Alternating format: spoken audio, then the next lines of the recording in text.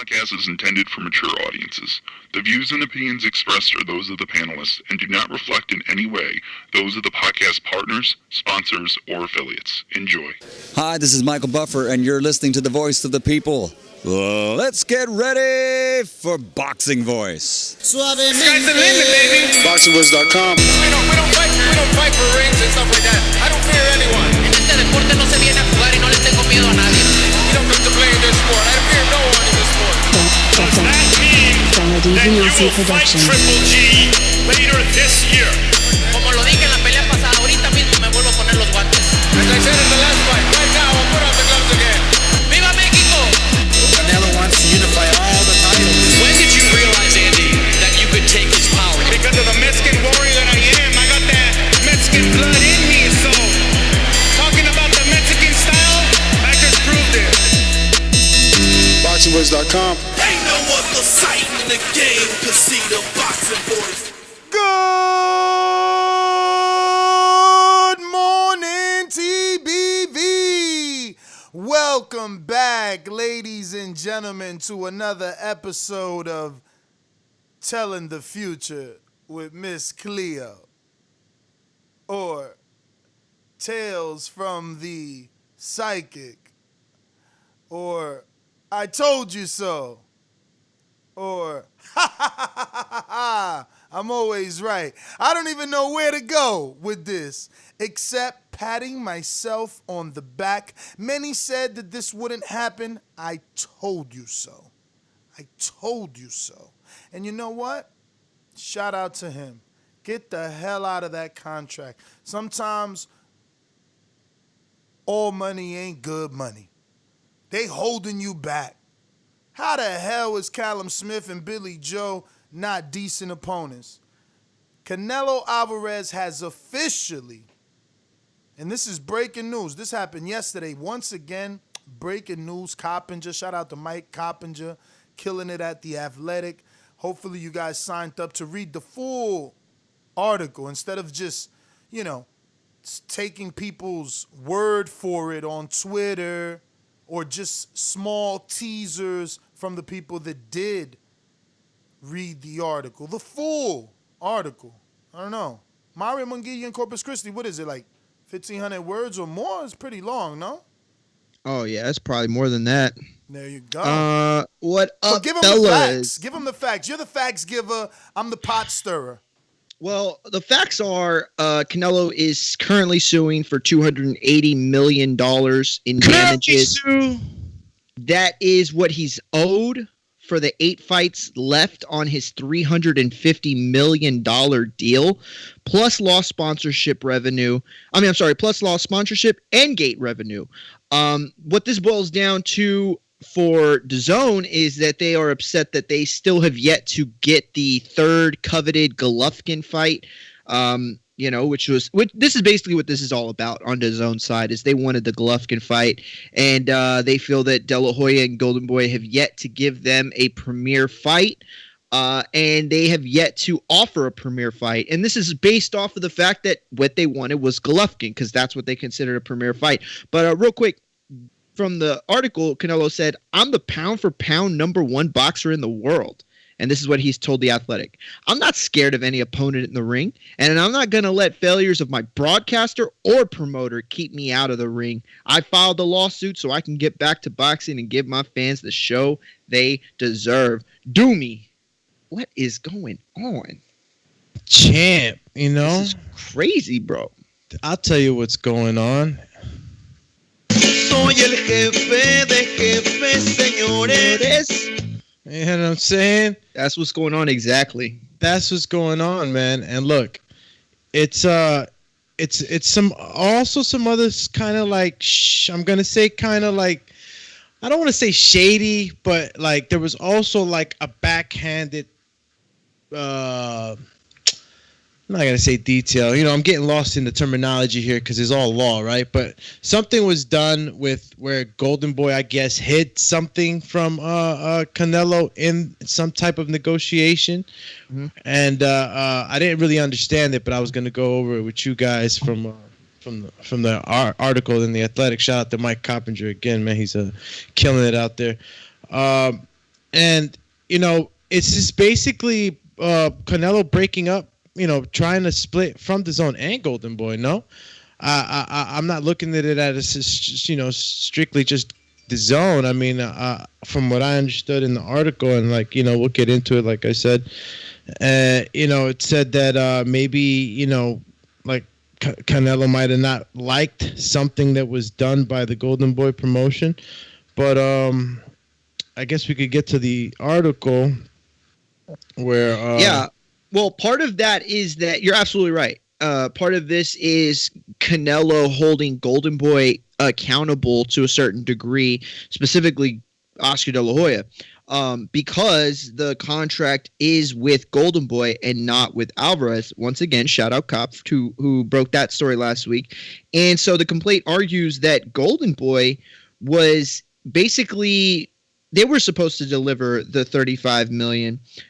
He signed a deed with Golden Boy agreeing that his next 11 fights would be on DAZN.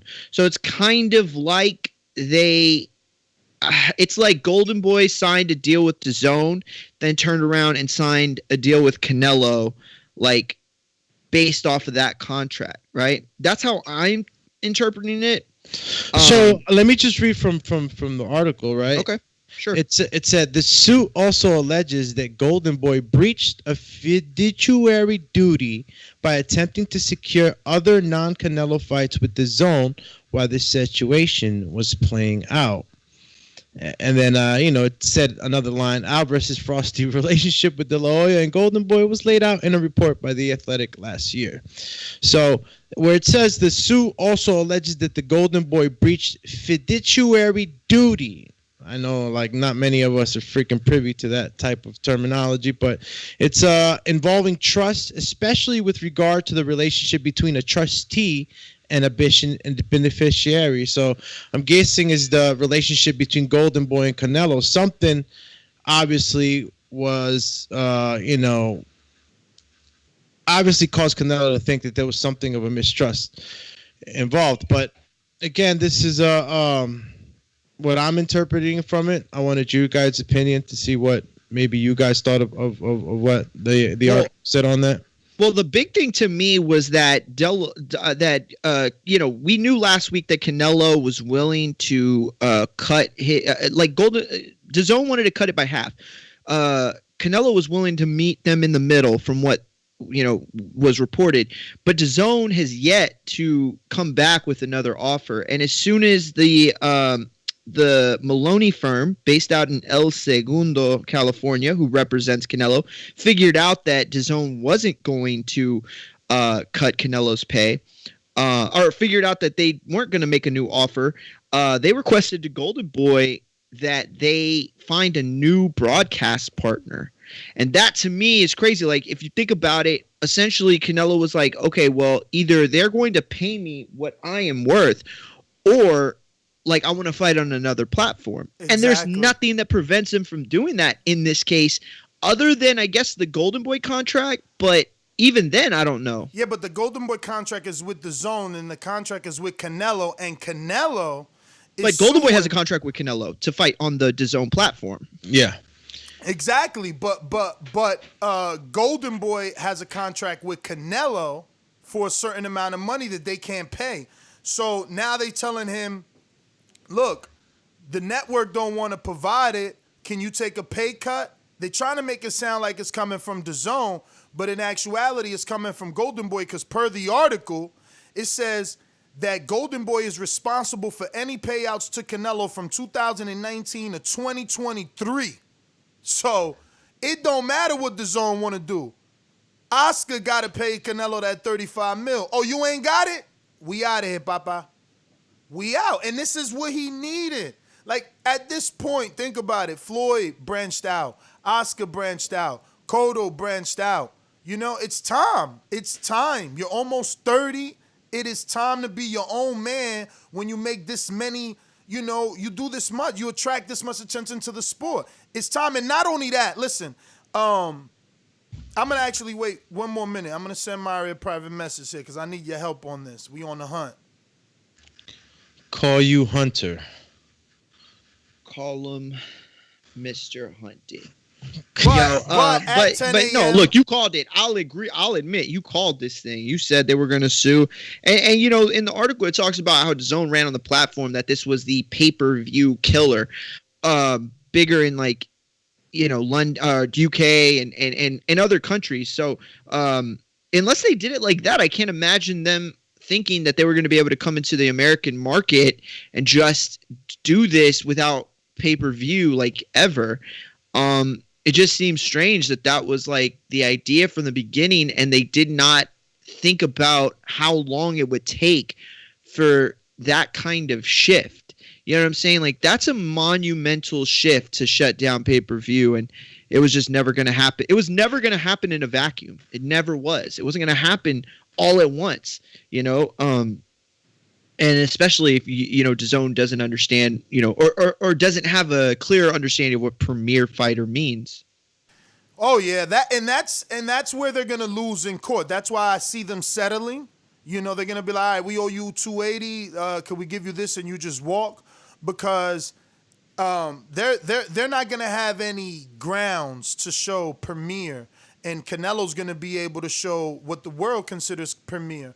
But Mario, I sent you a little 30-second message there. See if you can listen to it and decide whether it's gonna be enough time. It might require a deeper research, and it could just be a part 2 to this, but that's okay. But you know, I've been hit up a few times by some few rumors pertaining to this, and it would be interesting if we can make that one little correlation. That being said, Rumors. I guess I'm asking you guys, how long do you think this is gonna last? Right? Like, how long is he in court? How long is he out of? They're gonna want to do this quick, in my opinion, man. You don't want to hold up a major star for a lot amount of time on litigations where you could be making money. But if you're DAZN and you're upset that he's suing you, you do starve him out. You do make it drag in court so that you get out of your prime and you know, you get a taste of your own medicine. Now, a day ago, he posted on his social media and his Instagram, and I'm paraphrasing, is in Spanish. Dumi could go double check, but basically something like, it feels good to be getting done with a workout or something like that, or going to work out. So he's still working out as if he got some sort of date or plans on at least fighting. But how long you guys think he stays out the ring now? Because, look, we're past the September date.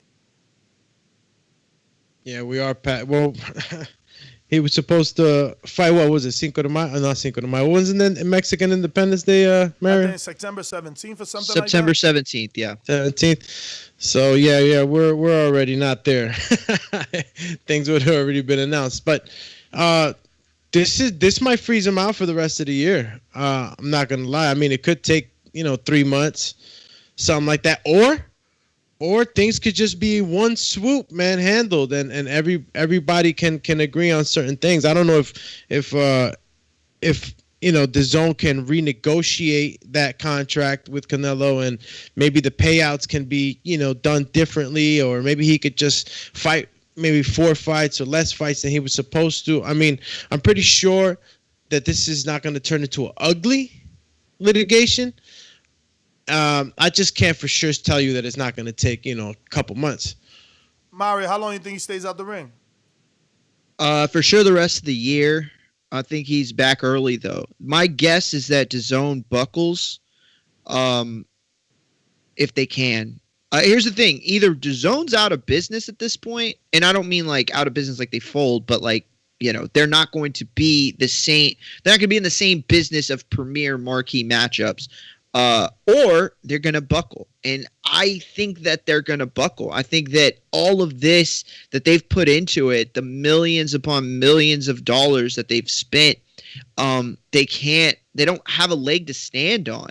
At this point, I understand, what's going on. And I don't think that even with the understanding of the pandemic and the loss of the gate, it still doesn't give them, they don't have any chips on their side of the table. They really don't. But by buckle, you mean that they're going to fix They're the going to give agreement? in. They're going to give in. I think they're going to try to fix what they have with Canelo. I think that perhaps maybe they try to navigate a payment plan that extends beyond whether Canelo's willing to accept that or not. But that's what happens in like NFL and NBA, MLB contracts. When people have those kinds of differences, they'll create like a different type of payment plan where it extends the payment through years as opposed to like one lump sum. Again, that's me speculating. I just don't see DAZN winning at this point. And to me, a win would be getting Canelo to fight for the money that they want, and that's just not going to happen. Man, that's why I like cutting off fucking hell. My bad, brother. You should have cut me off. Call you cut face. I'm looking. So remember Michael Coppinger came on here and said that in his opinion, it is a possibility that DAZN lets him out of the contract because they feel they've gotten enough exposure. Do you feel Canelo has brought enough awareness to DAZN, Doomy? I mean, I don't know. I'm going to say no. And I don't mean no like as in like he's not a big star. I mean no as in like nobody was ever going to create what they needed to sustain this platform. Guess what I'm saying? Like, I don't know, because like, are you going to pin, the whole platform on Canelo to gain subscription? Like, it's only a small sport, within how many other sports within the platform. So I don't know how much they were banking on Canelo stardom alone for the whole entirety of the platform. You know what I'm saying? I know that for analytics' sake, I know that they could they probably have the numbers of what their boxing program or investment in boxing and their boxing program actually gave back. But I mean, look, man, when Canelo Alvarez fights, everyone tunes in. So, I'm going to go with that within the boxing game. Yeah, he brought DAZN, and along with AJ, obviously AJ I think was a huge coming out party for DAZN. I agree with you. I agree with you that he brought the boxing fandom with him. But the problem is DAZN needed the casual market. And I really just don't know how much of that casual market they brought. I mean, like ESPN Plus, I'm a fan of all sports, right? So like I was just watching like the 30 for 30 the other day with, I don't even remember who, I think it was Bo Jackson. Then this morning I was watching the Sammy Sosa, Mark McGuire one. Like they offer you so much that it's like, you can stick with it no matter what. If they drop boxing tomorrow, I'd probably still keep it for at least a little bit. So now, what about the fact that Lou DiBella seemed to think there's nowhere Canelo can go and get this type of money, but obviously that didn't matter to Canelo because he's ruffling the feathers. He's suing them. He's trying to get out this deal. Is there greener pastures out there for Canelo, and where is that side of the street specifically, Mario? Yeah, I don't think there are. I don't think there are greener pastures per se, but the reason why there aren't is because it was a ridiculous amount of money to begin with. So, he could take his gamble and go to pay-per-view. He could take a lot of opportunities that are going to be out there. Like, look, Lou DiBella's right. There isn't a place that he can go out that's going to make more money or even probably as much money.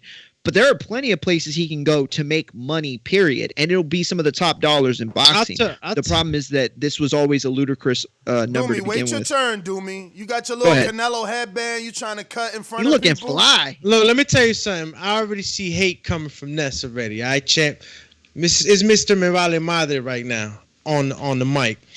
And honestly, there is greener pastures where he can go. He can go, and if he breaks up with both parties, we talked about it. He could go his own promotion. He could go his own way. Where? You need a broadcaster.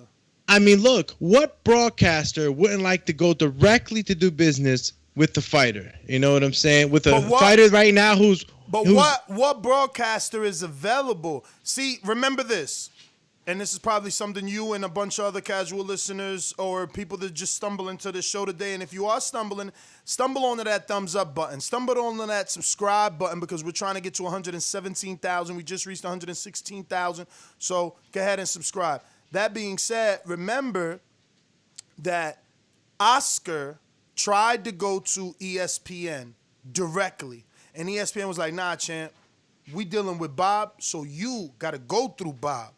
You can't talk to us. So that's what got Oscar like, oh, yeah? Well, fuck it. I know that John Skipper used to run this, and I had a good relationship with him. I heard he's starting something over there. F y'all.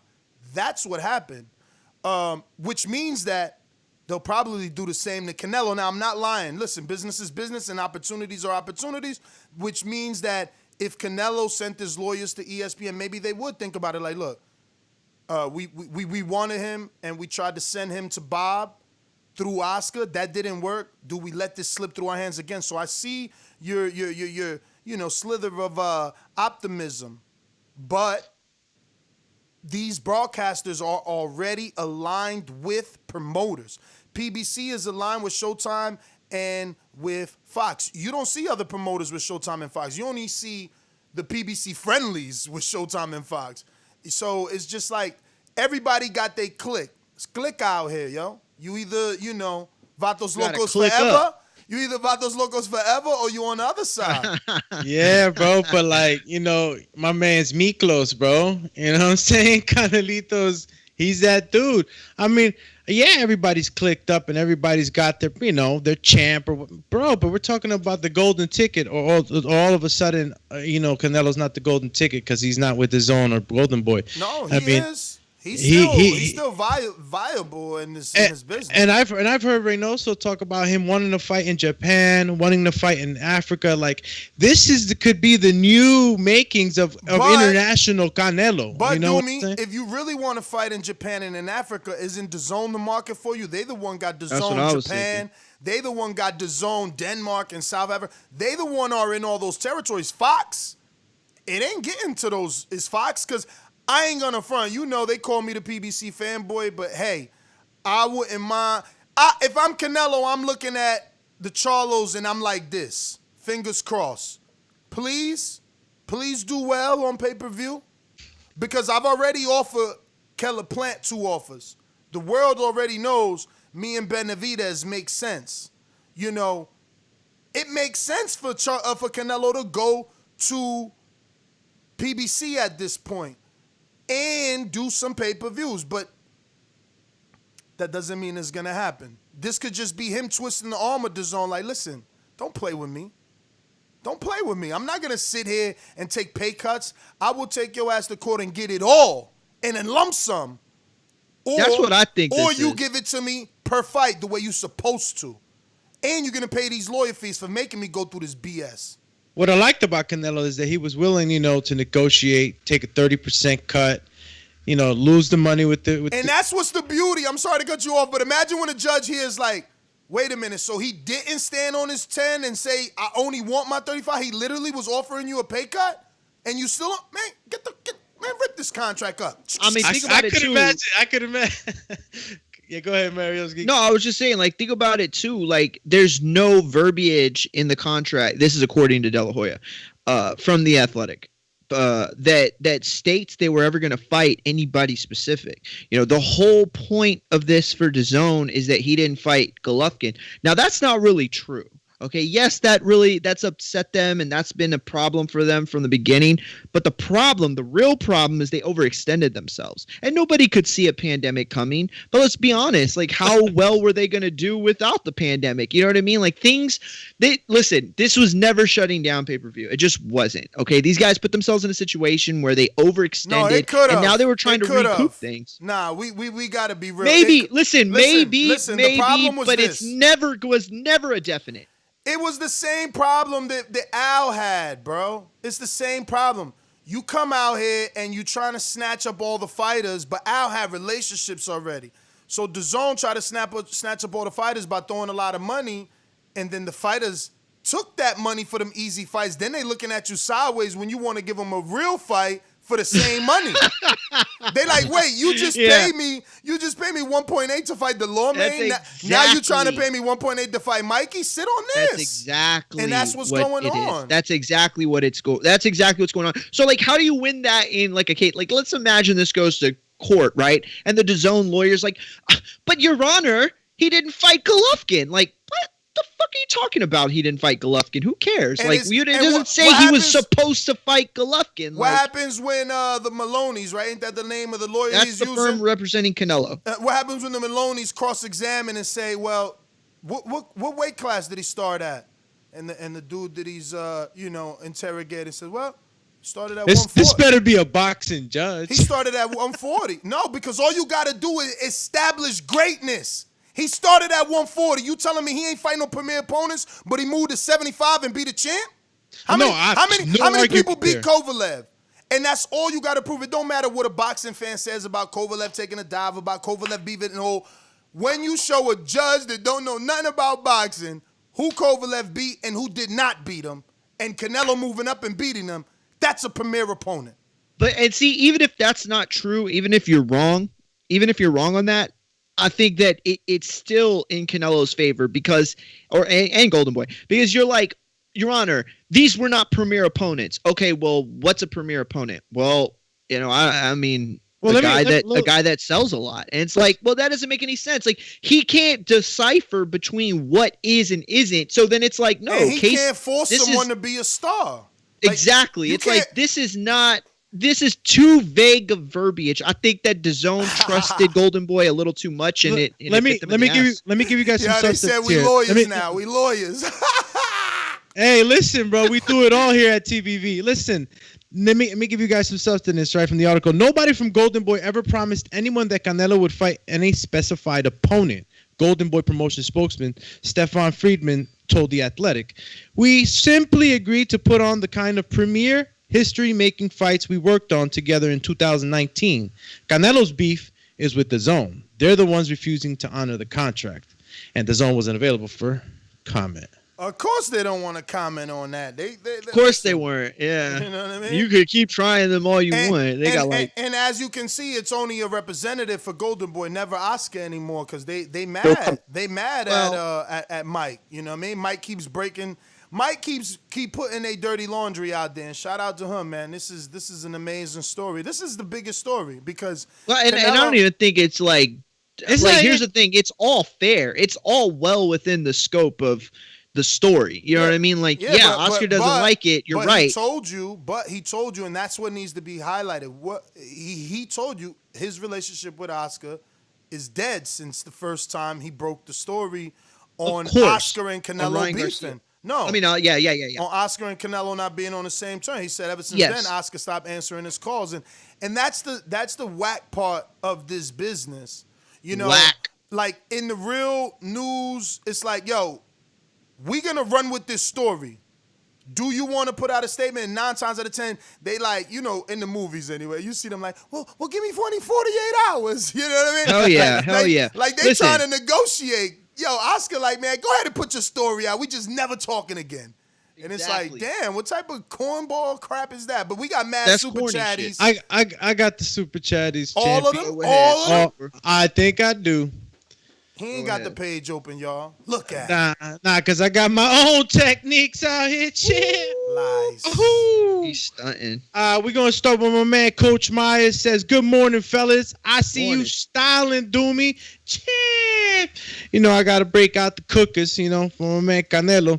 And Andre D. Cotto says, the DAZN lawyer is going to drag this out. Plus, they have a cash flow problems, knowing he is going to walk. Turn the lights out in the USA. Next was coming in from Matt Garces. Shout out to Machine Gun. DAZN wanted Canelo just for the third Triple G fight. And it shows who else could you count as premier on DAZN. Canelo needs to make his way to Showtime. Showtime. And Big Super Max turns around and says, Bob Arum out there rubbing his hands like Birdman. Yeah. Nah, not Bob Arum, because who he got for Canelo? What you think, Canelo? That's what I was thinking. What he gonna do? Fight Better Beef? And let's say he do. Who's next? Elder Alvarez. Who's next? You know what I'm saying? Go. Those ain't premier opponents. If you thinking of premier, I mean, Better Beef's a great opponent. He's just not like a commercial opponent. He's not gonna sell 1 million pay-per-views, but he is a great opponent. Dillian, help me out. No one knows him.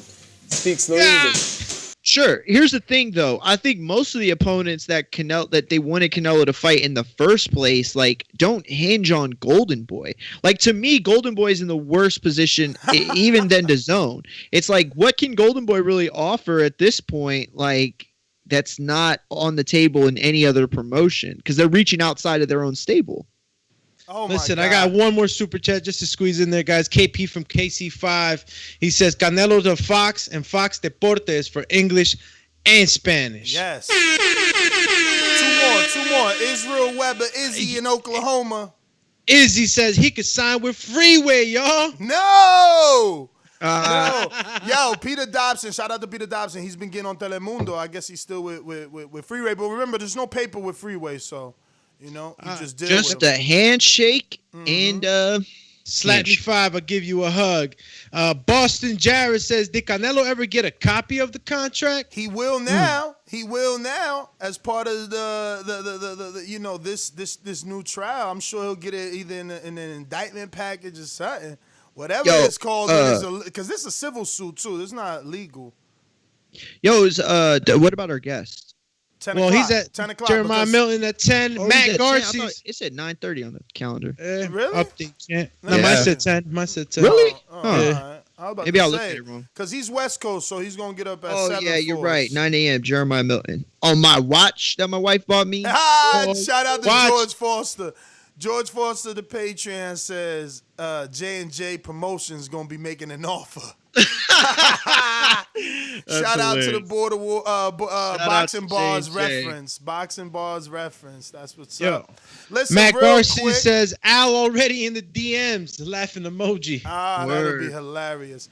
Yo, real quick, I want to make sure that if you have or haven't already, you're taking this opportunity to go ahead and subscribe to the YouTube channel and help us reach our next goal. We're looking at 117,000 as that next, milestone, but we'll take that daily 100 subscribers. So we're trying to get to 116,100. I'm going to go ahead and hit this refresh. Do me, drum roll.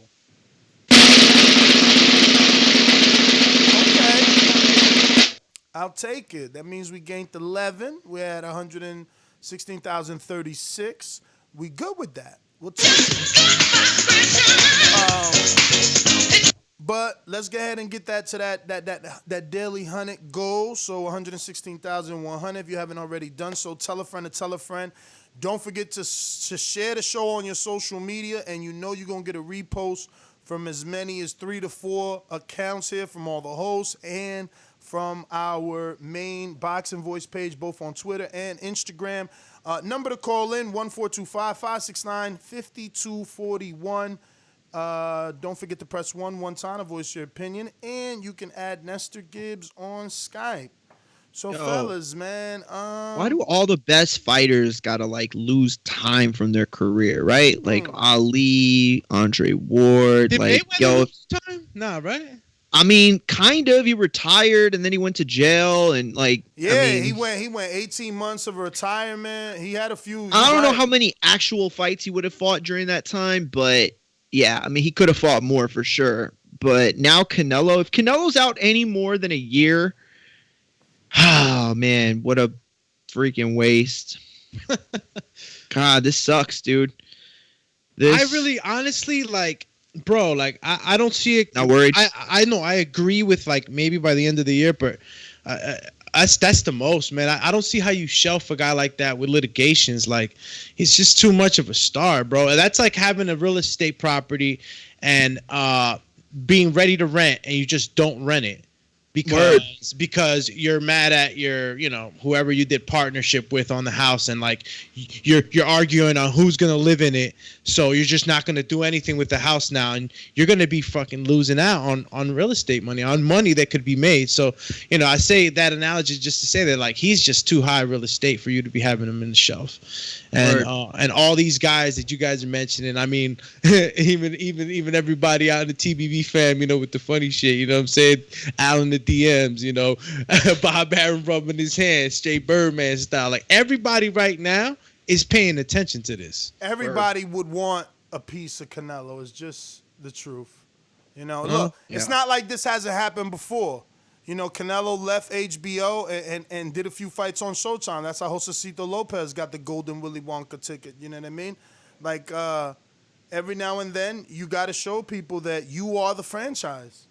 You know, you bring the subscriptions. You bring the eyeballs to the network. And like, has there ever been in the history of boxing like a promoter and a fighter that were just cool, like all the time, that were just like good? You know what I'm saying? Like Pacquiao, Top Rank seemed like it was going to be that. Like they were going to, and then you know, Top Rank. Well, I won't say that, but and then Pacquiao left. Bottom line, I don't know. I think you just like always assume that people were ripping you off. You know what I mean? Like, it's America. Like it could happen. Like I just like you go back to like the strike in baseball. Like, you know, people talk shit about the you know, the players and shit, but it's like the owners, like all these people, like they're the rich people. Like, you know, I'm not gonna talk about like Del Hoya, but like all the people that started DAZN, all the people that started, like all these guys, like they were already rich. The billionaires? Right? Hell yeah. Like they already controlled all that stuff. And so it boils down to me to like, I don't know, like the kind of leverage that you have is not really leverage, because yes, you paid him an exorbitant amount of money to this point, and no, I don't think he can get that anywhere else. But at the same time, like, I don't know, like you still don't hold any cards. Like, what fight will you prevent him from having? None. I don't think there's a fight in the world that we want. Not only that, listen, if you're Canelo and you're thinking a legacy, you know, regardless of what anyone might have said on this show in the past, Charlo, Plant, Benavidez, those names are going to hold more weight in terms of legacy 10 years from now, because Billy Joe, I mean, we just got to use history, you know. He's been very, he's like got a Mayweather career, you know. He doesn't go 18 months out the ring, but he's been fighting only twice a year for so long, or so inactive, and with fighters that are irrelevant, that it's not going to hurt Canelo not to fight Billy. And the same for Andre. Like, he's had 4 fights with people we don't remember. So, you know, again, Canelo must be crossing his fingers that Charlo does well over there. And there's just more.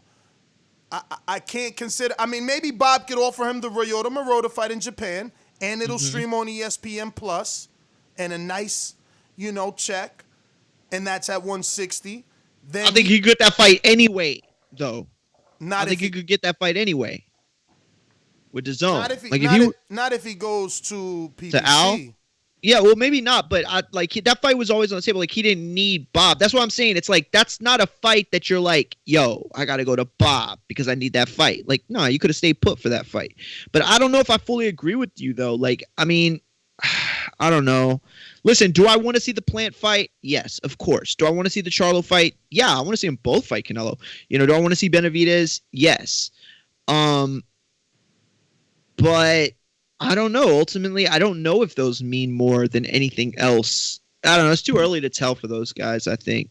You know, I mean, is there anywhere in this litigation that, you know, he still stays with DAZN? I mean, is there only one way out, one way to satisfy each party? Can a contract be negotiated in any way? Let me ask you something. How are you gonna say that they don't mean more? Where are you gonna hold Billy Joe versus Canelo?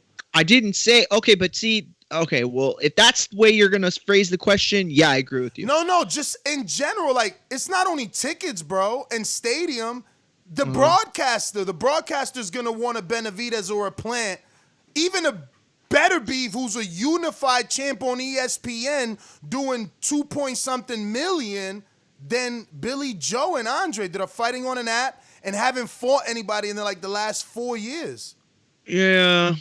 I don't know. I listen. I'm not disagreeing with you because I prefaced what I said by saying I don't want to disagree with you. What's Billy Joe's biggest name? Just for argument's No. sake. Listen, man. I know. Is it Lemieux? I knew he was gonna go down that road. I just want to know for myself. Is it Lemieux or Eubank? Right? Because it's one of the two. I don't know. Listen, I think that you have to look at, like, if you're gonna talk about his career in its totality. That's a difficult question, and that's a difficult statement.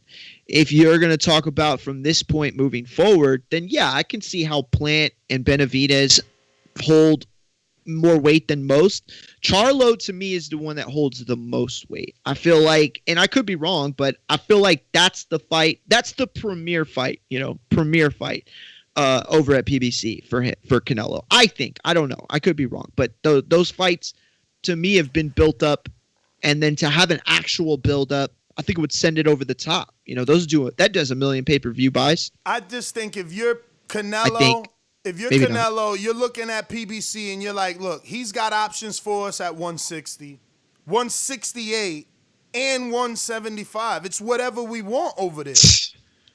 You got a marquee fighter at 3 divisions. Unlike Bob, who could just offer him maybe 60 and maybe 75, right? Because maybe you could sweeten the better beef deal to where, he don't know English, nobody knows him, but he got 2 belts, and that's legacy. Now you unify that 75, so, financially, maybe they make it worth it for you. And then you got the Ryota Marotta, which is your international fight for your legacy. You went to Japan, but then what else? I'm not saying... No, I agree. No, listen to me. I'm not saying there isn't anything else. I'm asking you to help me. Is it Berlanga? Yeah. Is Berlanga ready? That actually, it's funny. When you stepped away, I was going to ask you, but you had stepped away. That's a fight to me that's going to mean something at some point. That's a fight to me that they have to fight that fight as long as Berlanga wins, especially if he beats the record. That's a big cap. It's way too early now, but all I'm saying is, look, imagine this. Puerto Rican kid, good looking, got the swag, good smile, speaks really well, knows how to hype himself. And he breaks the knockout streak record. What does that mean to all of us? Probably not that much because we know who he's fighting. But to a casual fan, but what's the streak? How many? Huge. How many though? What's the streak? I don't remember. To break it. He's giving him a fake record to break that he doesn't even know. You ever watch boxing, bro? I don't know how many consecutive. I thought you had the answer. I know that I know every time he's fought for the last 3 fights, they bring it up and they show his the record. He's closing in on it. It's like, I think he's like 4, maybe 5 away, maybe a couple more, but he's not that far off from it. And imagine that selling point, guys, for a casual fan. Imagine to be able to come and say, like, Canelo taking on, the record-breaking knockout king. You could just hear that, pay-per-view commercial. And he's for first round knockouts, right? Or just I thought it was just knockouts in general. Yeah, because there's a whole fight. There's a whole bunch of options. I don't know. Maybe in the chat they do have him as 14 first round knockouts. So I'm thinking that's exactly what you're saying. Right, because this is the way they're saying it. Meet Edgar Berlanga, the power punching prospect who boasts remarkable record of 14-0 with 14 first-round knockouts. So yeah, I think you're right, bro. I think it's the first rounds. I don't know how much that is. First round, yeah. But looking at this now, damn, you're knocking everybody on the first round. Yeah, let him get past Nelson before we start talking about Canelo. He got a date with Nelson that I want. There's no reason both wanted it, both punchers, both heavy-handed, both on the same side of the street, and Berlanga needs Nelson more than Nelson needs Berlanga. Nelson has already fought 2 notable names or more. Berlanga. Again, so Nelson let's get the forecast a little. I think Berlanga needs Nelson right now more than Nelson needs Berlanga. Nelson is already ahead of Berlanga. He's already fought. Huh? So it's not Berlanga. Right. He's ready for an eliminator shot. I know that. Sure. I know that Berlanga is not. No, you're right. That's a good point. But here's the thing, though. I don't think Berlanga needs him as that much either, though, to be honest with you. I agree with your statement. I just think Berlanga can keep going the route he's going. Top rank, Mario, that's their bread and butter. Absolutely, I agree with you that Berlanga will get to wherever he's going to get without Nelson. But right now, people are looking at Berlanga like, yeah, but who you knocking out, though? Yeah, but who you knocking out, though? Forget about it, you know what I mean? Got to go with my Italian voice. Ha! Because he's from New York. But listen, yeah, man. Listen, if he could sign a short-term deal with PBC, right? Who? Canelo. If he could get, if he ends up, and obviously, look, official prediction is DAZN caves. That's my official prediction. But let's say I'm wrong, snap. and he goes That's to too PBC. vague. Oh, Be specific. That's too vague. They pay him what he needs to be paid to fight his next fight On their network. That's to stay on with their them. network. Yeah, Okay. not by this year, but by next year. Here's the thing: if that doesn't end up happening, I'm wrong. I hope he goes to PBC. I don't see if unless you're like a top ranked fanboy, unless you're like a fanboy of anybody else. If you're looking at it with if you're looking at the optics alone, PBC is the place to be for Canelo, right? There are many fights that he can fight, right? Fox, and then they said Fox Deportes as well. You know, they have a very good connection with the Spanish Latin community. Even though their news channel's piece of shit, but like other than that, they do it right. You know, so if you go with that, like PBC is the place to be. You know what I'm saying? Like they're doing pay-per-views right now. You know, Fox in that market. It just makes more sense to me. Let me get to some of these super chat guys before we move on. Super chatty. Call you super chatty. Big Super Max says, watch Canelo mess around and sign with Floyd. I can honestly see that happening. Maybe a co-promotional deal, but still. And by the way, it's 36F in Plainview. I don't know what my man's was saying. 36 degrees Fahrenheit? In Plainview, Texas. Yeah. Damn, it is, yo. that's It was like cold. 46 the other day, and I'm over here with 80-degree weather on Jersey. Hot side. as hell in Yo, South and it was Texas. 120 in Cali the other day, bro. We really coming to an end.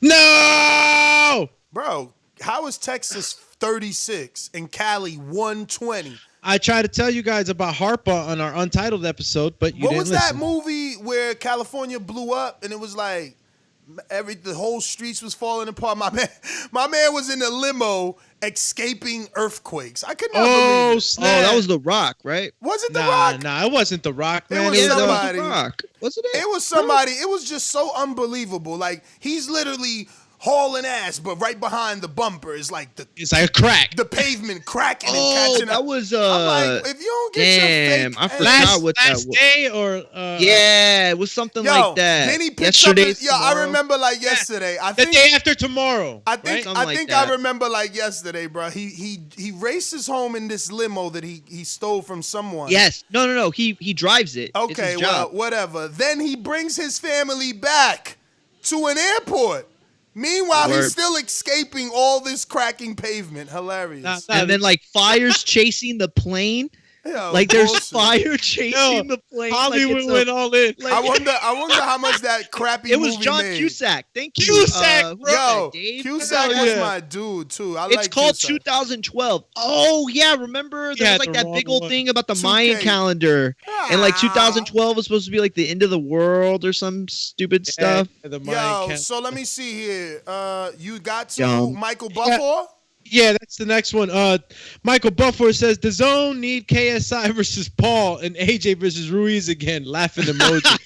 Bro, that must be the spectacle fights that they keep freaking talking about. Like, you know, like needed certain type of fight. When you don't consider a guy moving up 2 weight divisions to take on a guy who's super dangerous and he knocks him out in the way I don't understand it. I don't get it. Julio Pelayo says the zone didn't want to pay them licensing fees. Shame on you. Damn. And then my man's Coach Myers from CT, come over to PBC. Nello has his promotional company. Plant, Benavidez, Charlo, and Derevchenko are all good fights. Maybe Showtime can put a package together like they did for Floyd. Floyd's deal was 6 fights, 30 mil per fight. Alrighty then. That's nested the mime right now. Thought you froze, bro. Nah. Handling something. Damn. Yo, oh, wow. We got mad messages, but none of those are my good friend, Jeremiah. Are you asleep, sir? We're going to have to go to callers because, remember, Jeremiah's on the West Coast, and we don't want to wait for him too long because he might be sleeping, unlike our West Coast listener, Caesar, who's always listening. We do have Jeremiah Milton scheduled right now, as you said. Also at the top of the hour, 11 a.m. Eastern, we have Omar Juarez, fresh off his victory on the PBC on Fox card. That was back on, do y'all remember when that was? That was September 6th. Yes. This past weekend. On the Sunday card. He beat Dakota Linger. We're gonna have him on as well. Texas boy, about to rep for all the Texas guys in the chat because I know we got a lot of them there. Let's go, champ. All right, well, let's SUC go out to stand these sponsors. Anything we need to say before? One thing Yes, before we go. I got a few things. Tomorrow, we have Erickson Lubin and Terrell Gachet live on the show at 7:30. They both should be via video. It's going to But be the, wait a minute. It's going to be the unofficial face-off. Aren't they fighting each other? That's why it's the unofficial face-off. It's the one for the streets. The unofficial. It ain't Oh, the yeah, it's the PBC street one. face-off. It ain't the one for PBC. This the streets. So This is the one when you in the cafeteria, you know you're gonna fight the dude. And you're like, all right, we're gonna take care of this. We're gonna take care of this at gym, homeboy. yes, sir. So I thought we were gonna have Coach Cunningham on as well. He said no. This is their show. This is bad blood between them two. This is real. Damn, I'm excited. So I'm like, oh, I. I'm like, oh, I. So if How many of you chumps out there are gonna be watching football? If you are a Patreon, Fake boxing fans. if you are a Patreon, and if you're not a Patreon, we're having a little special offer today. And for this particular post, we're gonna go at $5 so that everybody could get in on these top contenders, because these two men will eventually become champions, or at least one of them for sure. This is an eliminator bout. So this fight is significant in the sense that it will be to the mandatory of the winner of Jason Rosario and Jamel Charlo, or should I say Jamel Charlo and Jason Rosario. What title is it eliminated for? WBC, I'm pretty sure. That's where Lubin has always been ranked. Okay. He had already thought made so. it. He WBC. had already made it as a mandatory to Charlo, but lost that fight. So Yo, yeah. and heads up real quick, if you are a Patreon and you are in the Pick'em League, make sure you go make your picks. The picks are available for this weekend. Not a lot of big names this weekend. But the Anthony Yarde fight is on there. So is the Neno fight got Velasquez, canceled, right? Miguel Mariaga, Joe. Wait, what? Yeah. Neno fight canceled. I talked to him yesterday. Neno versus, wasn't it Mariaga? Yeah. It was Mariaga. Damn, there was dog. a lot- that there's was a the lot of one where I tight was going to fights. take everybody. You ain't taking nobody, bro. Oh, really? Hey, Yo, you know your who's in your first? I Who's seen in you- first? Your I position got seen- mentioned yesterday, I man. mentioned Hey, you. who's in first? I mentioned- Well, what did they say? No, What was you're- my position? You're in first F. I'm in what first? F. You said first. F. First. F. F as in we're giving F's instead of A's, No, like it's a backwards school thing. First F as in if you're ringside, you are not A. Understand? Because we're going to keep it boxing. You are in the F section. You in row What one. section you in? You in row one. What section you in? 5. Oh, you're not in there. That's right. No, I'm in section 5. Don't you disrespect. I mean, I'm in section Oh, 6. amateur league? That's cool. Excuse me. I'm in section 6. Excuse me. And remember, you could try and diminish the amateur league, but it will never fly. I'm not diminishing the amateur You- league you are. because guess You are. what? Let me finish my I'm in sentence, first though. in both. Let me finish. No, you're not. No, you're Yeah, not. I am. That's where you Yeah, got I it am. confused, and that's what I'm trying to tell you. See, you what? You could try and diminish the amateur league, but the amateur league is the real league because that is the year-to-date league. Understand? That is the one that's going to get you the award. What you get month to month is the reward. But year-to-date, you get the award. Month to month, you get the reward. You know, when Info created this, he wanted to be called the Grand Master Picker. He ain't worried about the reward that will remain unnameless, only if you're a Patreon, but this month includes these wireless earbuds courtesy of wirelessairbud.com plus a boxingfanapparel.com shirt and the Birdman rubbing my hands together like Joseph said, prize, which wink, wink, you know what it is. And this month's is greater than last month's. But since Mario want to talk big, Brandon's ahead of you. You know, it's like I said, you 1F. You 1F. Bruh, we tied.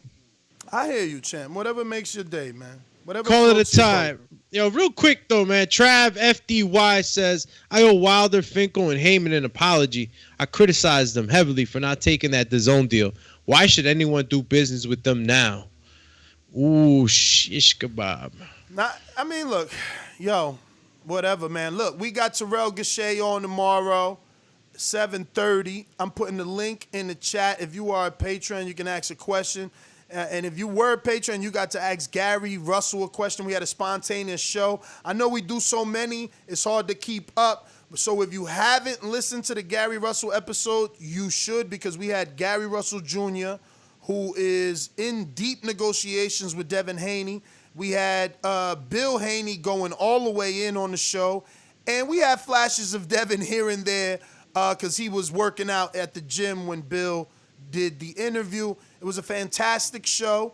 Shout out to Gary Russell Jr. for coming on. Shout out to Bill Haney and Devin Haney. Tomorrow, we're trying to have another big one, man. Terrell Gachet, Erickson Lubin, 154-pound eliminator. That's like 47, 54. Those are like those deep divisions. You know what I mean? There's talent there. And interesting fights.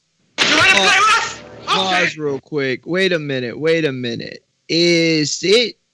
Wait, where did you hear that the fight's off? Nano. He told you himself. Saul Rodriguez. I don't do Cause sources. I don't I see don't do nothing about it sources. here. I don't do sources. Has it been announced? Because I go don't see straight it to the anywhere. source. I go straight to the source. Where I was don't the do flowing sources. argument on? And you want to know what else? He What? pulled out because of money. He wanted more money. No. Yeah. Hadouken! That's Did what you happens- record that interview? Bro, I got messages, bro. What do you think this is? Send them to me. It doesn't matter what you think. Oh, never mind. It was already announced. My bad. Damn, doggy. That was a fight I was about to get up on everyone. There's still another one there that I'm about to get everybody on, but it's all good. It's all good. Call you. You was rooting for, Chant? You was on the Neno side or Mariaga? I know Mariaga's probably big over there where you at. Mariaga's Colombian. No. But it wasn't Mariaga though. It was damn, who was it? It wasn't Mariaga. Who was it? Who was the other guy? Let me check. Hold on. Give me 5 seconds to scroll down on Patreon so I can tell you that it was actually Mr. Damn it, Andrew Cancio. That's who he was fighting.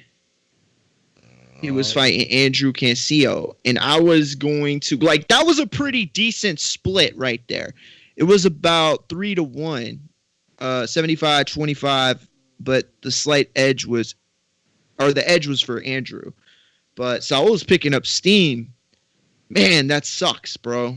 I wanted to see that fight. But the Miguel Mariaga, Joet Gonzalez is still on. That's the one, too. Yo, listen to this. Joet Gonzalez, they just changed, too. Joet Gonzalez has 61% of the picks. Miguel Mariaga has 39% of the picks. That's a good fight. Let me go ahead and I think this is my man, Coach Myers, being a true GA day.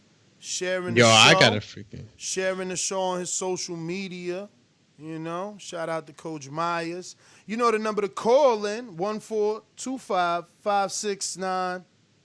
What's the rest of the number? 5241. Press 1 time.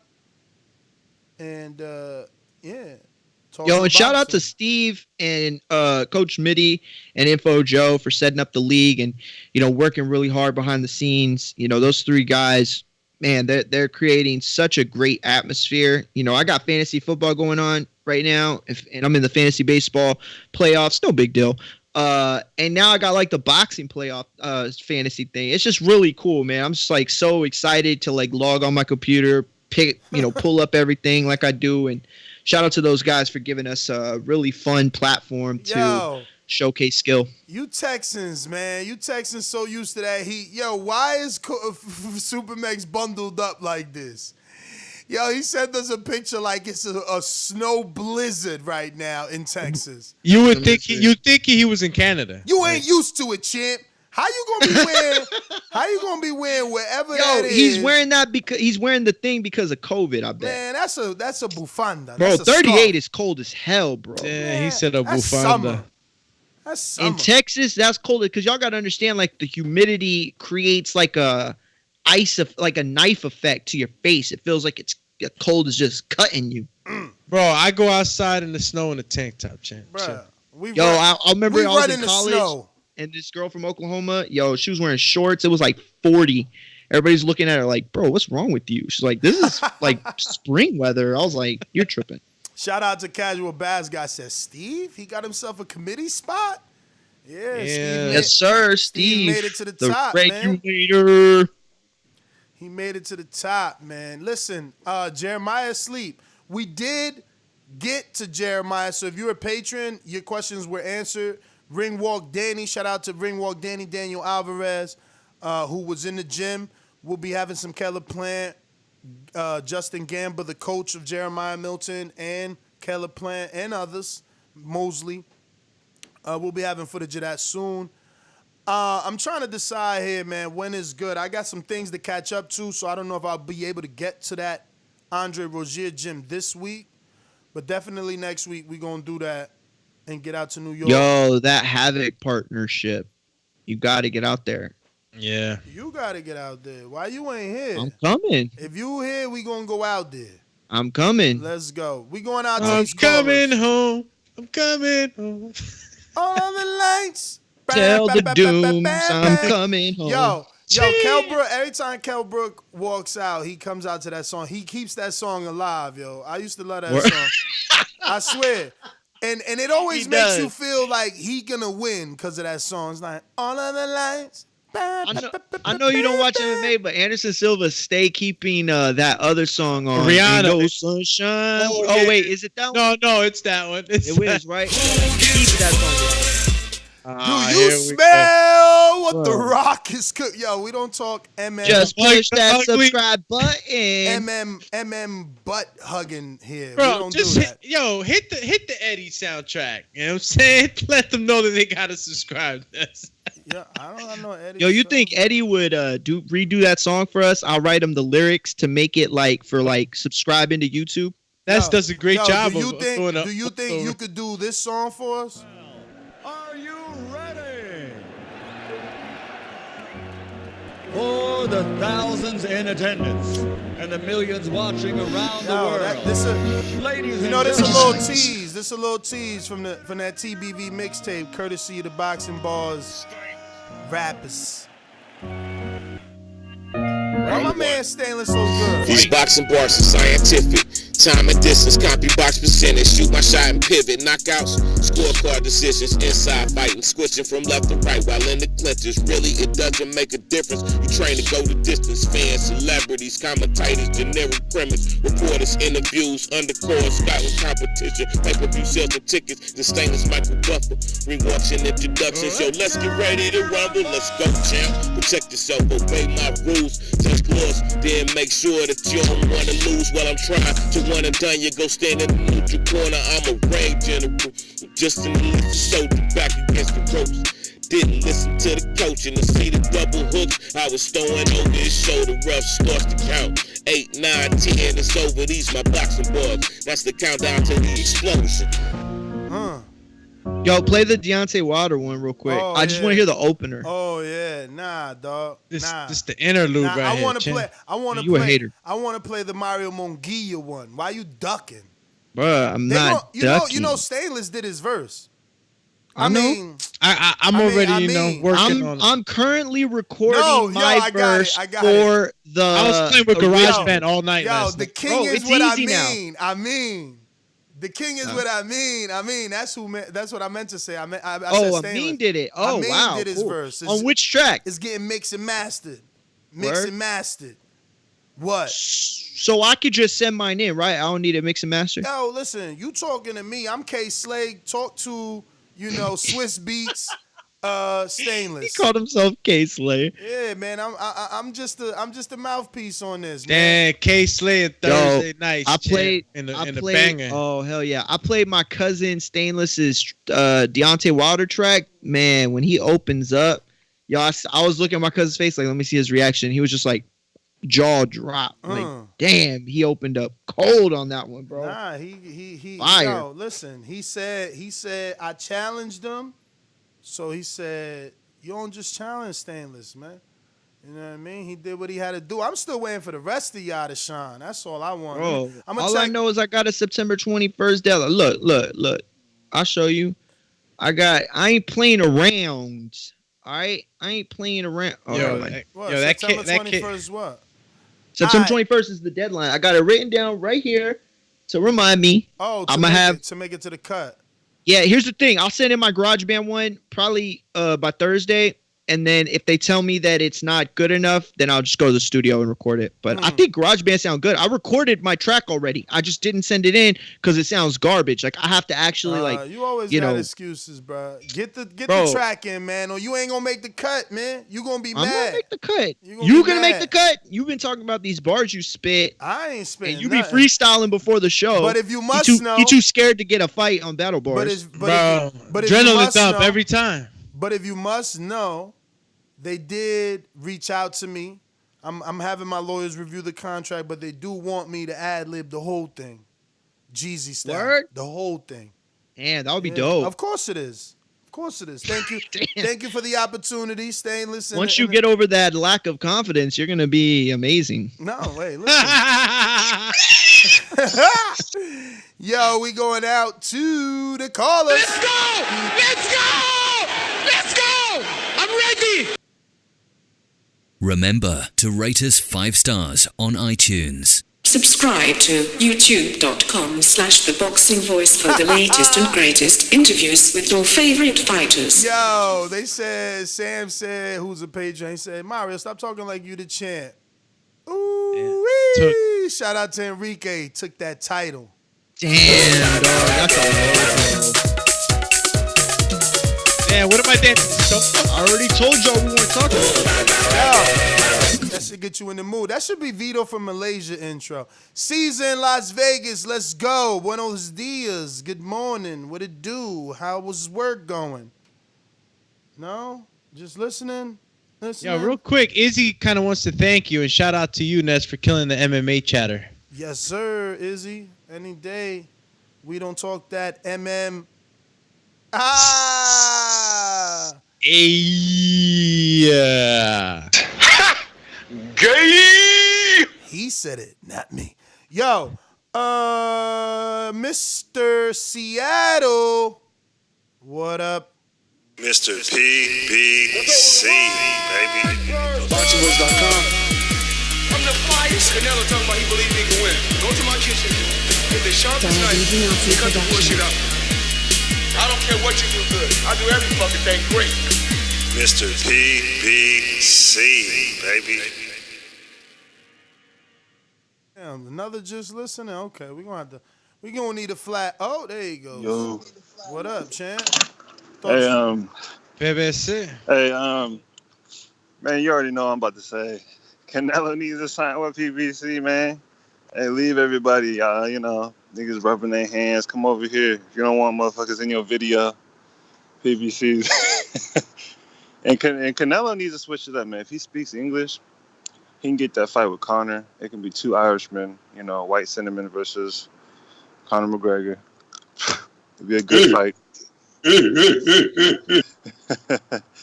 And TBV for life, man. It's sad that he got to sue somebody to get something. Yeah, man. Mr. PBC, thank you for calling in. We're going out to New Orleans. You avail? J Matt. Mac Attack. Yes, sir. You know how these bitches is in the sport. Total disrespect.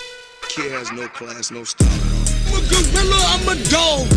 I'm a dog, I'm a gorilla. The smartest thing you can do is to stay away from terrorists. It can't be the boogeyman if I'm chasing. You want to bet? You bet 100,000 on that. Let's bet $1 million. Easy. Let's bet $1 million. Yo, good morning.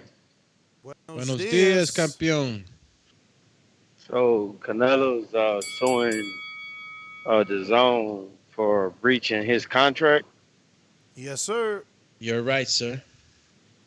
So they forced him to try to fight someone or get a more worthy opponent, and he responded in a lawsuit. Now they're trying to cut his pay after he even negotiated to cut his pay. They want to just, give him half. Okay.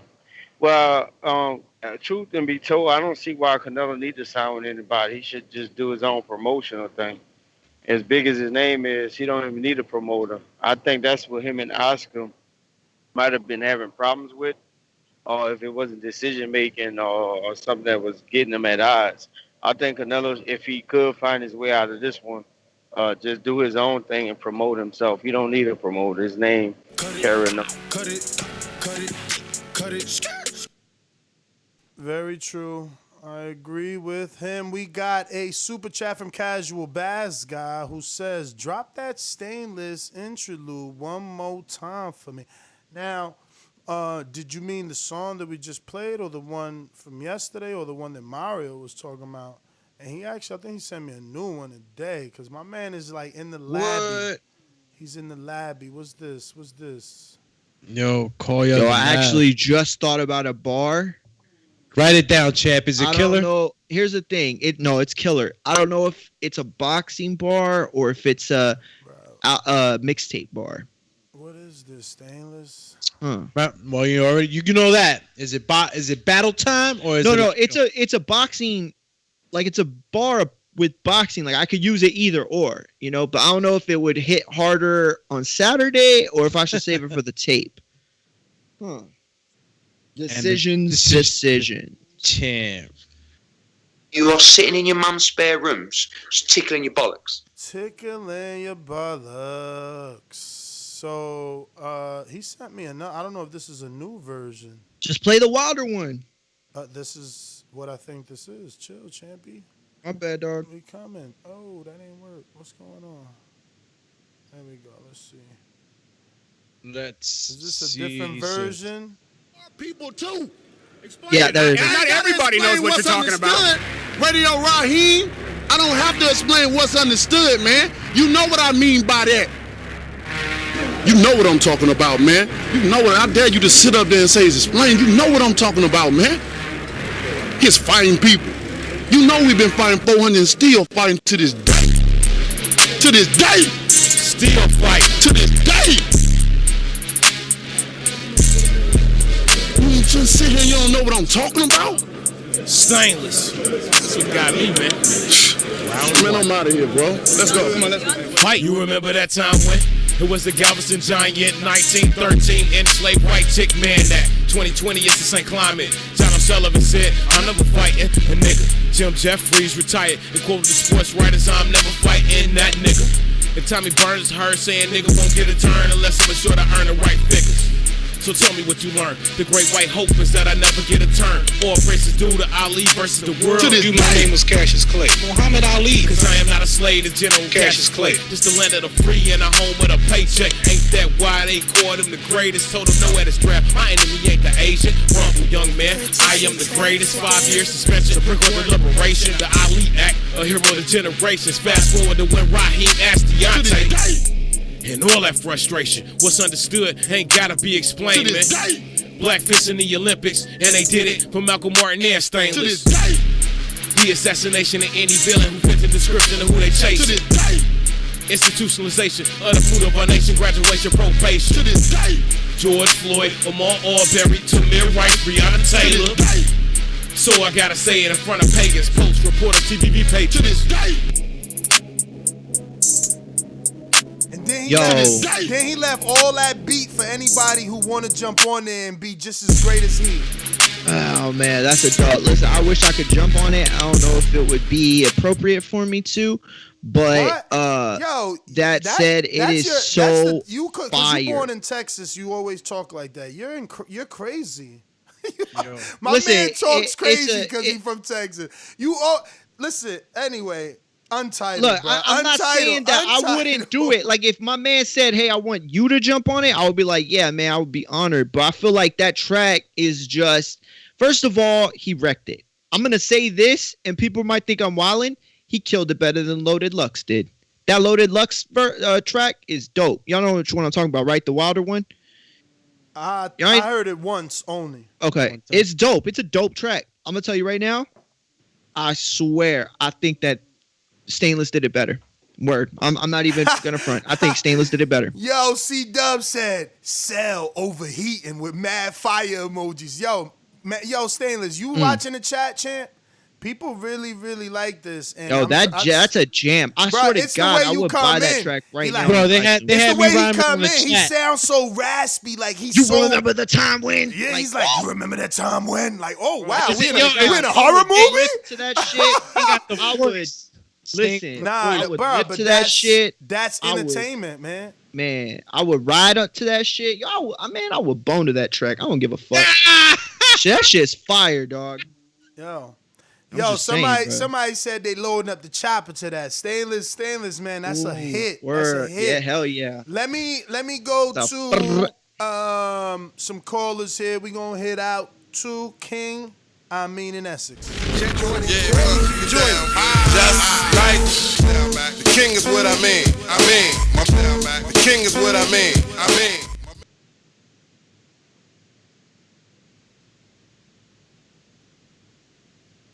King of Essex. Lord King. Top of the morning. You can't put those together. There's only King Nah, but you know what's funny? I didn't finish that bar. I didn't finish it. It said there's king born and there's me. Ain't no other crowns. I didn't finish that. But, it's only anybody else can't claim no crowns. Everybody else got to be a lord or a duke. Go be a duke. You know what I'm saying? Don't be no more kings. But, see, here's the thing, though, Mario. It's not just you and anybody. This goes for anybody. It's not just you going after Stainless after that track. And this is what separates the men from the boys. Somebody's got to go after me. Because I'm on that track, you know what I'm saying? So, I'm Stainless. Well, Stainless, he's good at what he do because, like I said, he's got everybody on task. Everybody, and Joe hit me yesterday. I know Joe. I've been hitting Idris. I know Joe got his verse ready in his recording. So I don't know what everybody else doing, but I know I'm not feeling like I got to answer to Stainless. Stainless is very important to this battle bars thing. So I don't want to feel like I got to answer them. So I'm working on that verse. I'm gonna get it over there. Cause a little part of me, I don't. That's the spirit of competition. That's what brings us to battle bars. I don't like hearing Stainless verse and my verse ain't on there. So the next time that song plays, my verse got to be on there. You feel me? And if you don't feel like that, you ain't a fighter. You ain't a man. You don't feel like that. So you know what I'm saying? Get y'all verses together and get them on these damn songs. Unless y'all just But want is your me and verse Stainless finished for it though? Or you haven't written to it yet? Yo, Nah. Written, delivered. The man, I gave the man 5 takes. He don't want none of them. So now I'm homeschooling 2 kids, working from home, and the man got me still recording my verse over. Ooh, so, like he didn't like Stainless is just that kind of dude. Recording? Swiss Beats for real. He said, "Nah, send me For quality." real, Ness. Is that Yo, what he he said? told me my beard was rubbing against the microphone. Do it again. You're not loud enough. Okay. Do it again. Put some umph on it. Do it again. Oh, he gonna love me. You know what I mean? I grew up like that. We had a studio in the closet. But yeah, man. Get your songs out there, man. Get your songs out there because that's how we spread it around. Because TBV is a universe. It ain't just the battle bars. We got a mixtape coming. Like who else is doing that? Yo. The mixtape. Yo, Stainless doing. But let me say this right quick. I don't want to hog up the line, and I'm gracious that y'all gave me this time. But yo, we reported, we as in TBV, remember, somebody made an offer. Was it Al? They made an offer or they made a bid on the fight because what I think Canelo's doing, he's approaching that Muhammad Ali Act. Remember, that's in the song Till This Day, by the way. But I think he's trying to approach the Muhammad Ali Act by saying that fiduciary responsibility. If you don't find me the right matches that provide the best compensation for the fighter and the promoter, and it can be demonstrated that you didn't take that for whatever reason, if there's a significant pattern, once the forensic accountant look through that, that's how they're able to break that deal. That might take a little bit of time, but I think that's what Canelo's approaching. He needs to get off that plantation. Yo, he might be feeling like Wilder. He trying to get free. So Canelo, you know what I mean? Send Canelo to track so he could be in the gym listening to till this day. He trying to get free. Free Canelo. I'm out. Let my people go. Bro, I want that to be my walkout track. What? Stainless song? The Stainless song. Hell yeah. Yo, Champ, how about you drop your track to it? You know what I mean? Stop ducking the people, man. I'm recording mine for the first one.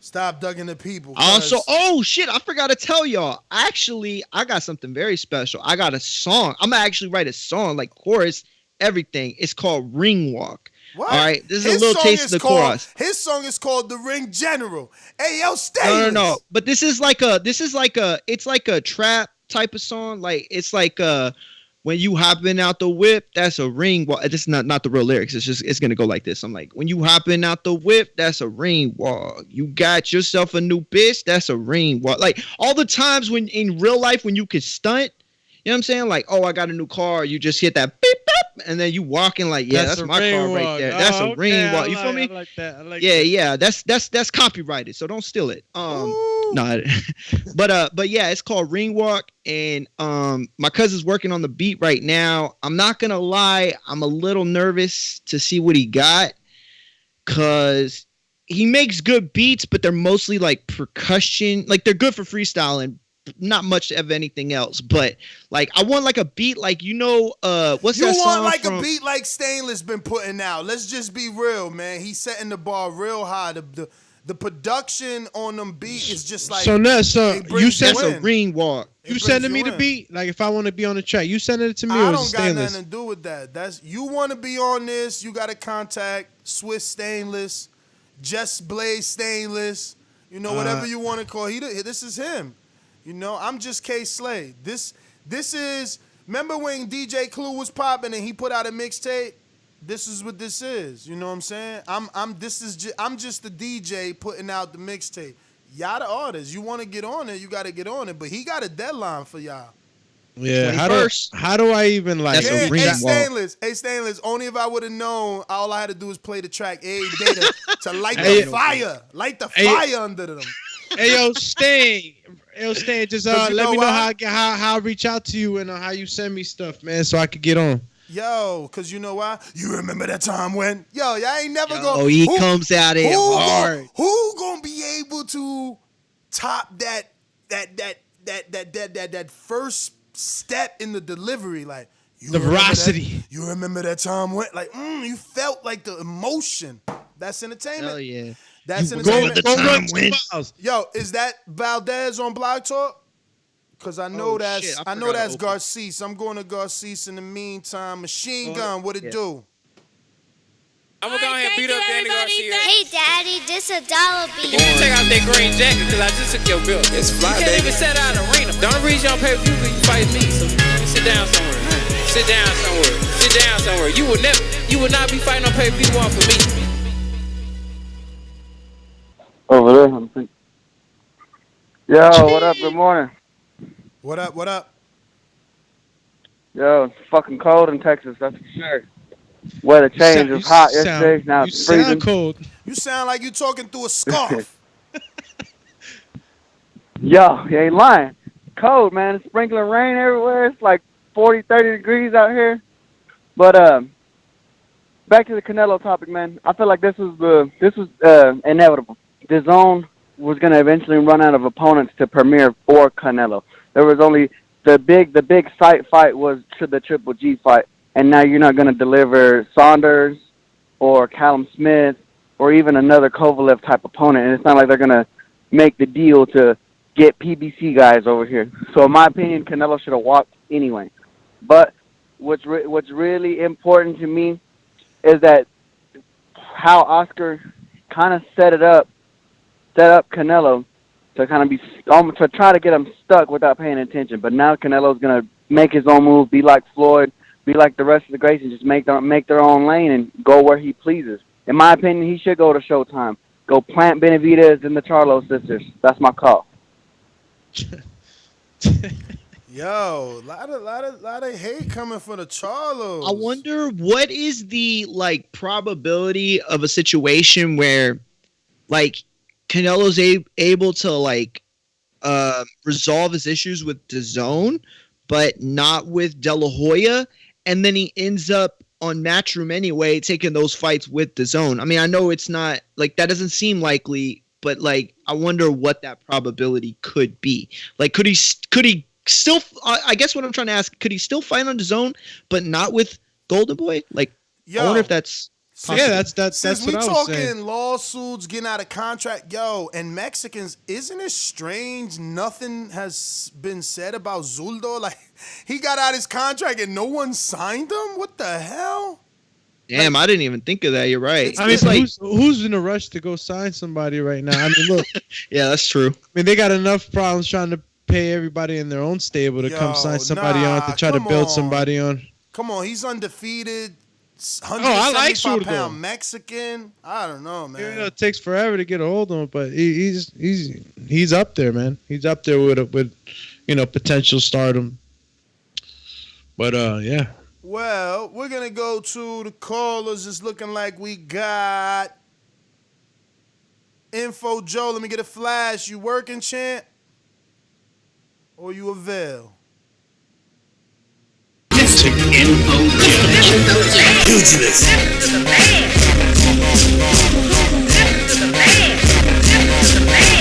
Mr. Info Joe.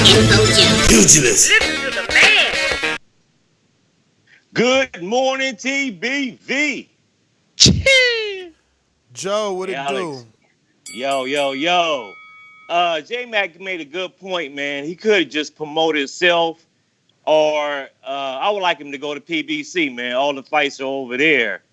One more thing, public service announcement. Everybody get their fight picks in. Tomorrow is the cutoff date, so make sure you go on Patreon and put your picks in and see where you stack amongst the greatest. That's me. But shout out to you. I mean, I'm working on mine too, man. I'm still trying to find out how to record my vocals, man. I finally uploaded the beat, and I'm still trying to figure out on BandLab, on what's that, BandLab, and also Mario. GarageBand. Yeah, so I'm trying to figure it out too, man. Yeah, if you need any help, I figured it out on Monday. My cousin helped me figure it out. It's actually super easy. To like here's what I did. I recorded the beat, right, and that's just the instrumentation. Because obviously, when I put the beat in there, it wouldn't break it down, like individual instrumentations. But I just recorded the beat. Once you do that, then you could just record your vocals over it, and then you can cut it. Like, it's super easy. I'm telling you, I could like 5 minutes on the phone, it's over. Hey, man, hit me up on Skype, man. I got so pissed off at this shit last night, man. I said I start all over tomorrow. I hear you. But hit me up that's on what Skype, man. Ness, give him my number or something. But that's all I got, gentlemen. Everybody have a blessed, no stress day. Make your fight picks. That's all I got. Peace. Do you remember the time when? Yo, I need the. Yo, I was playing with GarageBand all night last night. I was having fun. I made a beat. I made a beat. Oh, you made a beat. Yeah, he's supposed to be recording his tracks, and he's like got beats out and shit. No, I was just like really, cause that's I wanted to get into it, and I feel you. I just need the beat. Stain, man, I'm trying to get on, champ. So, however you want to get at me, just let me know, IG, whatever, and we make this happen, bro. Shit gonna take off. Now, word. Yo, wow. You know what the guarantee for Canelo versus Golovkin is? For Canelo? Over 50. No, it's not. Yes, it is. Look. This is the lawsuit. This is Canelo's lawsuit paperwork. So they gotta pay him. Well, yeah, they owed him $280. Look, the Alvarez contract did not require Alvarez to select Mr. Golovkin as his opponent in 2019 or any time thereafter. In fact, the Alvarez contract required that a bout with Mr. Golovkin would require additional guaranteed payment in the excess of $25 million to be separately negotiated. So on top of the 35, give me another 25, plus we still negotiating. I want 60 from the ribbity rip, and they agreed to that. Damn! Where's he go? He better fix this. He's not getting these numbers anywhere. Where? That's what I'm saying. There's still a possible. This is, in my opinion, this is just the beginnings of a renegotiation where they make amends and things are redone. I don't know how happy the Canelo Alvarez camp would be in taking that highway, right, where they renegotiate the contract, they get less or whatever. Maybe they could fight less on the network. Who knows? They could work something out where eventually Canelo just exit strategy and just does his own thing. And he's at a time right now where hell yeah, man, he could do it. Floyd did it, bought himself out, linked up with Allen, and he is where he is now. Now, if he does it on his own, he could go anywhere. It could be Canelo Alvarez promotions with any other promotions. I don't see any other promotion turning him down in business or even networks. Like I said, man, the name's too high. Got too much brass on that name right now. I'll call you champion. JP Long Beach, what up? Shit, I don't know none of the details of shit. Long Beach in the house, Man, I don't know none of the details, Ness. I checked in late, but I knew when I heard that 10-fight deal, I knew something was wrong. No cash cow signs to that long of a commitment. Just I thought he had shares in DAZN. But I'm going to just listen and get the details up. All right, wait till Floyd comes out on Fight Hype. Like, yo, I told y'all. Floyd gonna do him in, man. Coach Myers, you haven't pressed one. Just a heads up. We're going to E in Philly.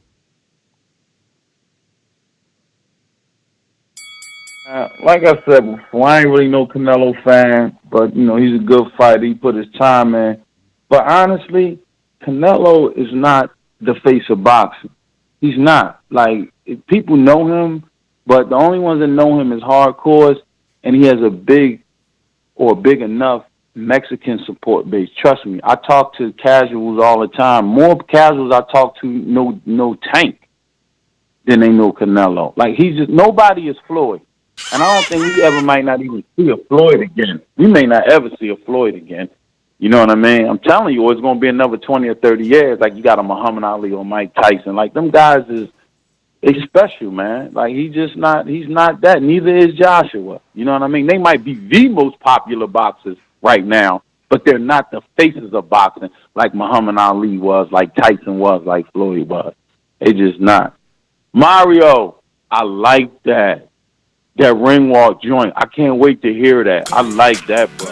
Oh, you like that? That's what's up. Nobody said nothing, so I kind of was like, damn, nobody said nothing. Feelings they don't hurt. like that, but huh? No, I said your feelings. No, I wasn't in my feelings. I was just like, here's the thing.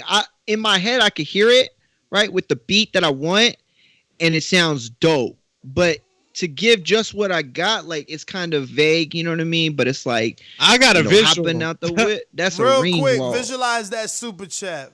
Ja the Real says, Canelo going to go with Richard Schaefer and Al Heyman, just like Mayweather did. Where can we get the songs from the mixtape? It's on Patreon. Or you can always do what Casual Bass did, you know what I'm saying? And we'll play it. Let me get to Keem in Florida. Are you avail?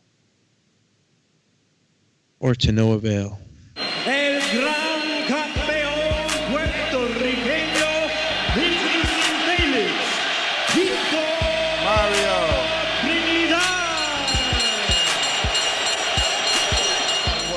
You got any excuses tonight, Roy? Let's not ask questions like that. Let's touch the left and go to work. Tonight, Roy. Let's go to work. Yo, what up? Can y'all hear me? What up? We hear you, champ. Good morning, man. Hey, last night's show was great, man. I was kind of busy when you came to me, but last night y'all had a really, really good show, man. That was dope. Thank you. And then yeah, with the whole Canelo thing, man, I agree with J Mac, and you know I've said this before, bro. He could do his own thing. The way Al Heyman got things going nowadays, you don't. I mean, how many people didn't Mikey Garcia say he don't even have anything on paper with Al? They do business together, good business, and Mikey makes tons of money. Like Al seems to be the best way to go. You know, people win a fight, you think Al Heyman first, and then you thank God. Like this dude is, you know, Floyd said this man put his money in places that he's still getting 6-figure checks every month. This guy Al Heyman just seems like the man that you should be dealing with, you know, especially when you Canelo. So. Um, you know, yeah, like I mean said, man, free Canelo, man, because yeah, that Golden Boy DAZN, whatever they got, they can't make people happy. I don't know what they got going on over there. It's looking ugly, man. It's looking real ugly. And you know, Canelo's done 1 million pay-per-views with Chavez, with Triple G. I mean, he's obviously a pay-per-view seller, so that's where the money's at, you know. But yeah, that's all I got, man. All right, we going out to Lewis. What up?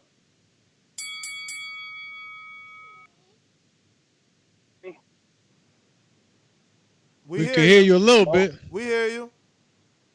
Okay, sorry for the background noise, if anything. I kind of knew all this was going to happen with Canelo and De La Hoya as soon as they signed in whatever $millions they were given, because they're trying to follow, the Floyd print. You know, but the difference was Floyd Mayweather became, Al Heyman was his mentor. They became business partners, basically. So, you know, Floyd put his money into the promotion and get some of his fighters, and Al Heyman has some of his fighters. That's how he gets all that money that he got every time he fights, because he was promoting himself and also putting money in the business. And by Canelo getting in bad standing with Golden Boy, that ain't going to happen that way. You know, and also, you know, if you get more money than the business is giving you, than the actual business, you know, they're almost in the same level, getting millions and millions of dollars. You're gonna want to do your own thing. So you're not gonna respect the hand that's feeding you, because you're basically getting the same amount of money. And that's it. That's all I have to say. All right, champ. Well, thanks for calling in, Lewis. We going out to Florida. Majid, what it do? Good morning.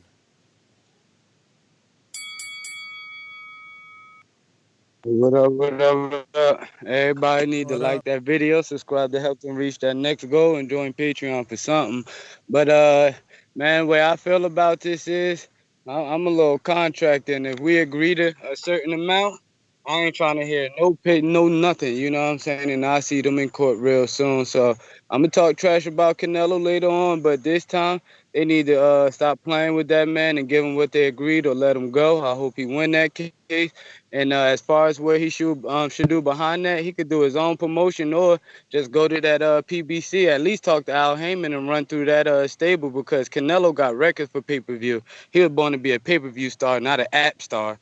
You know what I'm saying? So figure out a way to get out of that and keep, man. He could win way more than 300 million or whatever in 8 fights or whatever that is, man. Scrape them dudes and get them out of there. But that's all I got. All right, all right. We got a super chat from Yeah, we got a couple. We got one from Count Drago. Count Drago. Call me Count Drago. You got it? You want me to get it? You got Call me, it. I got it. You All right, got Count Drago says, I don't like Golden Boy, but Canelo ain't gonna make that anywhere. The zone can cite disaster, and that is a disclosure. Triple G3 is his best bet for most money. Money bag emoji.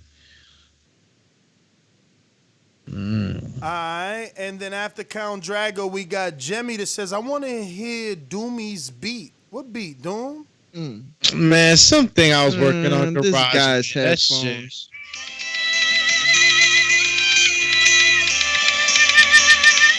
Yo, that's actually fire. Why you don't upload it so it sounds better? What the hell?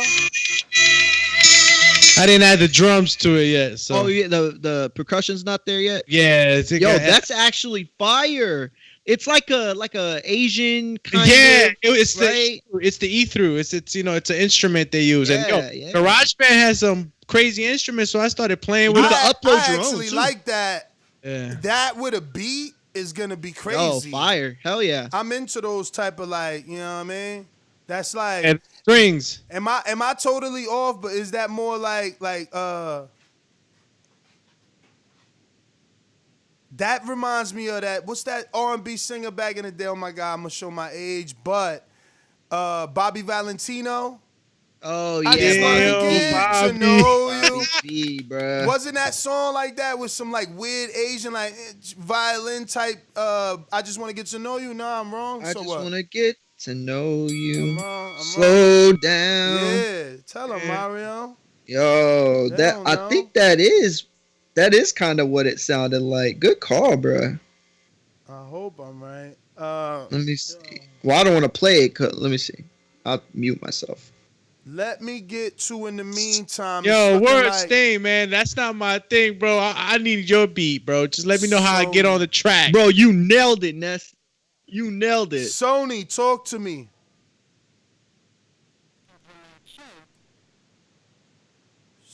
Yo, what up, BP? Good morning. What up? What up? What up? Nothing much, nothing much. Hey, yo, who was it? King? Yo, King had said it early, bruh. Yo, last night's show, bruh, that was fuego, bruh. Yo, when Devin Haney's dad came on at the end, yo, bruh, I was crying, bruh. That was so funny, the way he deboed onto the show like that, bruh. That was flame. Hey, and respect to the show as far as today's topic, I'm glad Canelo finally got that pacifier out his mouth, finally got mama's titty out of his mouth, and finally grow to be a man, you know, stepping up there to get what's really his, you know. So shout out to Canelo. I hope he gets what he's I hope he gets out that contract. And peace and love. Good show. Peace and love, champ. Yeah, you know what? Who knows, man? Some fear that's going to be taking a little bit longer than it should, and others think that's going to be fast. I really personally think that he's back at it, like Mario said. You know. The champ is here! The champ is here! Red belt, black belt, WO and green. I'm king. Undisputed GOAT, TBE. And you can catch the news first on TBV. Voice of the people now let me speak. Scientists of the sweet, BOXING. Yo, TBV, what's good? Champ! Already messaging you, champ. Appreciate that, bro. Yeah, I already messaged you, man. You got it, right? Yeah, I'm looking at it right now, champion. I'm gonna get on it, man. Mario, you already got my info, so you just gotta hit me up. You know what I'm saying? I already have the beat that I'm working on, so I'll get with you. Yeah, I'm gonna text you in a little bit. That's what's up. It's a lot of people talking about, you know, jumping on other songs, man. Like I say, and then info, because I know he just working on his recording thing. You guys with iPhones would probably be a great assistance to him, because I have a Android. You know, iPhone don't do nothing for me. I'm sorry. Outside of being able to chat with y'all, because I'm a pound for pound, I don't see the upside to an iPhone. Like, you get restricted from most apps. You got to pay for everything. But that's just me. Shout out to all my smartphone Android users. Clearly, we smarter. On this Canelo, man. Where's Ness? I wish you would have said that. Man, on this Canelo, man, like Sony said, man, it's good to see you putting on his big boy pants, man. He'd be better off promoting himself, man, on some old school Roy Jones. You know what I'm saying? And just getting that money, because he's a big enough name and a big enough sell and draw on his own that he don't really need a media platform outside of for the pay-per-view. So, and he's not an app star, he's a pay-per-view star, like Magia said. So I'm just chiming in with that. As far as these beats though, man, like I say, even that one you just played, I got a beat like that, bro. Like, if y'all want to get to me on the side on some different songs, I still need like a prospect kind of boxing song, because I ain't got that. You know what I'm saying? Like, there's so many different ways to flip boxing metaphors. I mean, you could talk about, what's my man, Rydell Booker in the Dope Game, or Aaron Pryor. You know what I'm saying? Like, it's so many different ways to flip metaphors on boxing. So we got another, I think it's 2 weeks. So, you know what I'm saying? what I'm saying? Shout out to Silverback. I know he working on that Boom You know what I'm saying? Shout out to Idris. I know he working on that across the pond, man. We just trying to do something special for y'all. So I hope, the listeners enjoy it. But it is for the $15 tiers and up. So, you know what I'm saying? Spend a little bit more and get that mixtape because it's definitely going to be worth it. And you get daily access to the show, all shows. So it will make more sense for your budget anyway. And you get the free download too on the shows and for the music. So, you know what I'm saying? Be smart about it. As I always say, please make sure that you push the thumbs up. Share this in every episode of the Boxing Voice podcast. This is TBV for life. And if you ain't on Patreon, that's because you stupid. Shout out to El Camino. Peace. All right. You said where was I at? What you needed? Because I heard pretty much everything. I just had to handle the freaking dog. Yo, why let is me it just that these handle this dogs super don't want to chat. go out without me? Because they're tied to you, champ. That's it. You are the pack leader. Bullshit. You go, they go. James Cook showing us some love on a super chat. Didn't say nothing on the first one, but Supermax does come back after that and says, "Yo, I got it. Send Canelo to Triller with Tyson in them." You trying to have him die again? What are you doing? James Cook says Canelo tripping, no gate fee, brother. Got to take a loss. Keep doing your thing, guys. The only one, TBV. Shout out to you, Canelo James ain't tripping Cook. because his guarantee ain't got nothing to do with the gate. The only one that's mad about the gate is Golden Boy because they eat. Canelo, FYI, champ. Canelo makes extra millions on the gate outside of the 35 million guarantee for the fight. So he was already willing to take 30% less of the 35 plus understanding that he had no crowd. So losing many millions. Again, people need to stop reading tweets, start reading articles, man. It's freaking sad. It's like, nah, let me just check out the headline. Let me see whatever the good writer is saying on his Twitter. Like, read the article for the information.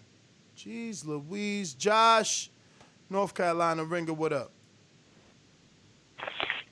What's up, TBV? Good show. Good show as always. Hey, man, I'm going to tell you like this. Man, look, bro. Canelo is on the zone because of Oscar De La Hoya's fish scale habit. Plain and simple. It's because his fish scale. He saw that money, his eyes lit up. He said, more fish scale for me. Come on, Canelo. Because I don't get how a boxer, they won't even let him see his own contract. This is the end of Canelo and Oscar, though, so that's what's up. And I'm kind of glad. I hope this puts the zone out of business because they ain't really been making the fights that we really want to see. But yeah, man, this is great. And I see Canelo. Did one of y'all say he could sign the TMT? Like he could sign on the floor earlier? Yeah, somebody. I think it was a caller. A caller said that maybe. Oh yeah, I don't see no way in hell that happening. But it is a good thing. He need to get away. He need to get away from Oscar. I'd love to see him team up with Aldo. And salute to y'all. I'm out. All right. Cheap. Damn. My bad, Mr. PBC. I'll give you double the time. I didn't see that till now. Apologies. I'm gonna start putting in the alerts. I just don't like it ringing. Like, imagine if I had the alert on and I'm talking right now and let's make this the last mistake. No. No. Omar in 2 minutes. Just. Oh wow. We got Mr. PBC on the counterpunch. Sorry, brother. Yeah, you good. Man, this is crazy, man. But I think it's well deserved for Canelo to also make a move like this. There's so many fighters on PBC that I would like to see him fight. I hope he doesn't take no top rank diet, even though that would be nice during the coronavirus season. DAZN they're obviously falling down. They threw out too much money, especially to Canelo for the fights that he had. Rocky Fielding, he needs to go with PBC. I would love to see him versus David Benavidez. So many Sean Pascal, like Caleb Plant. If he moved, because Canelo's moving up and moving down. I don't know what he's gonna do. No one knows what he's gonna do, but he needs to sign PBC. Signing with TMT, I don't know. That sounds crazy. He's going to have to bow down to Floyd. Floyd's going to treat him like a dog. But you never know. You never know, man. Shit, it might make him better. But who is he going to fight on TMT? PBC fighters? Might as well sign with PBC. That's my call on TBV. It's always the best. We always got the best callers coming in, the best motherfucking guests. Everybody. The best part of waking up. Hey, Doomy, what is that? Well, let's just tell him. It's TVV in your cup. Yeah, man, that's my call. He's getting nasty Yo, with he that. killed that.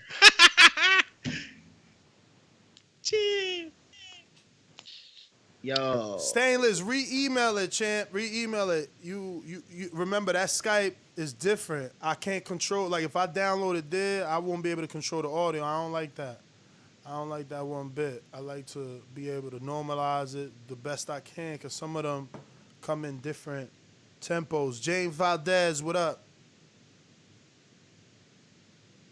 Yes. So I go to you guys for boxing information, man, because I ain't got time to keep up with other stuff. But on the zone, have you heard anything? Because they sent me an email a while back, and I was glad they contacted me because I contacted them and said, hey, what about the 4 months or whatever? We didn't get no boxing, man. Is my subscription gonna be extended? Because mine ends in November with the zone, but for 4 months we didn't get no boxing, and they ain't replied to me.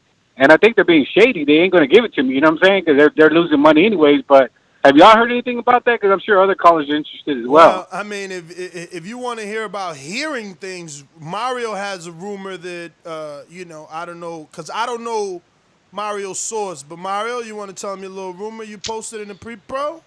Yeah, I got it from Heyman Planets on Twitter. Shout out. It looks like DAZN, or the rumor is DAZN is going to be making layoffs. I looked into it a little further, DAZN and USA, the rumor is allegedly. by the DAZN end of the USA. week.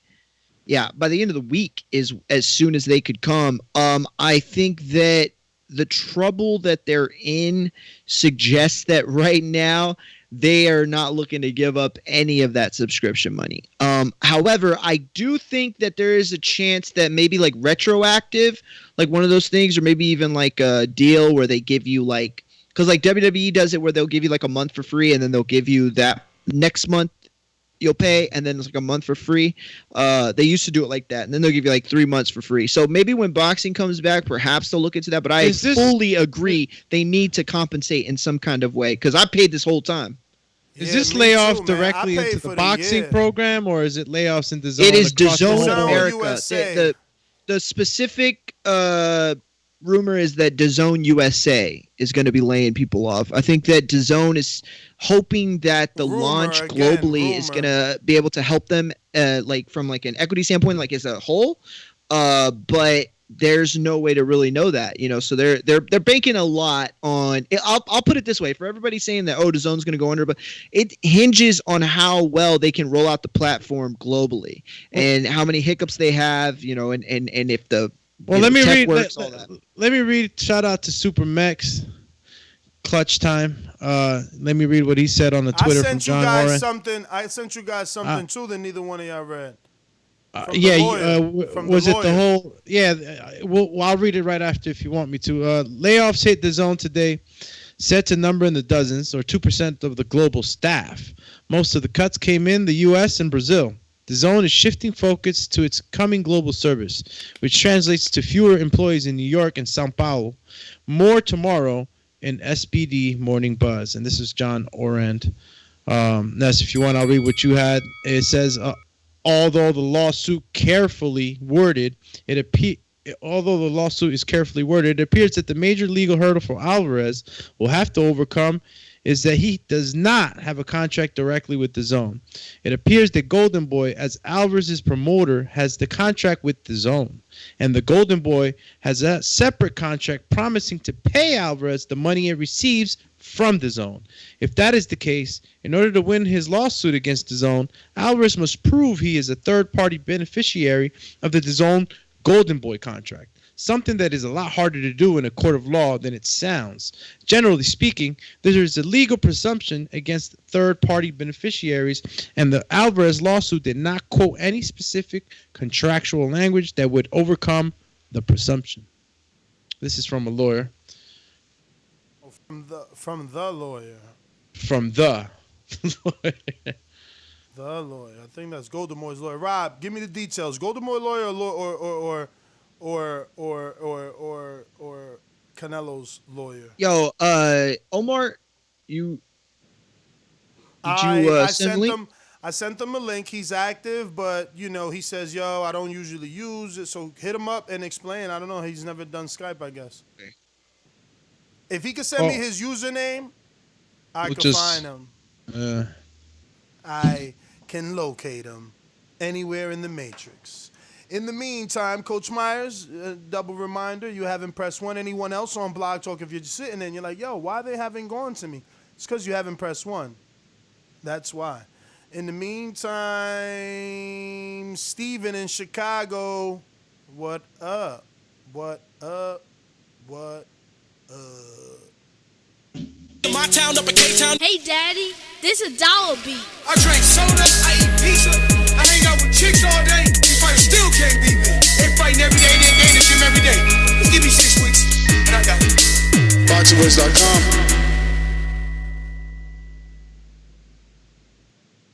Yo, good morning. What up, Steve? No, this is how I see this whole thing. I know people personally, that are fans of his, of Canelo's, and when they went to this app, a lot of people, his fan base is more of a casual fan base. Do you agree with that? And I do believe it's like a little older fan base, and they weren't hip to this app thing.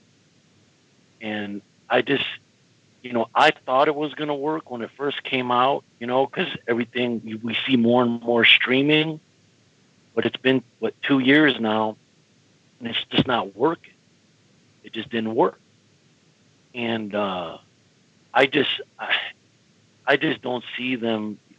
What gets me? Where are these premier fighters they're talking about? Who they signed a 10 contract deal, and then they put in the language we found out. I'm with you, Steve, that it didn't work because we didn't get no fights. I mean, Valdez brought it up, and he got me thinking like, damn, I paid for the year. He right. I ain't getting no fights in 4 months. What the hell?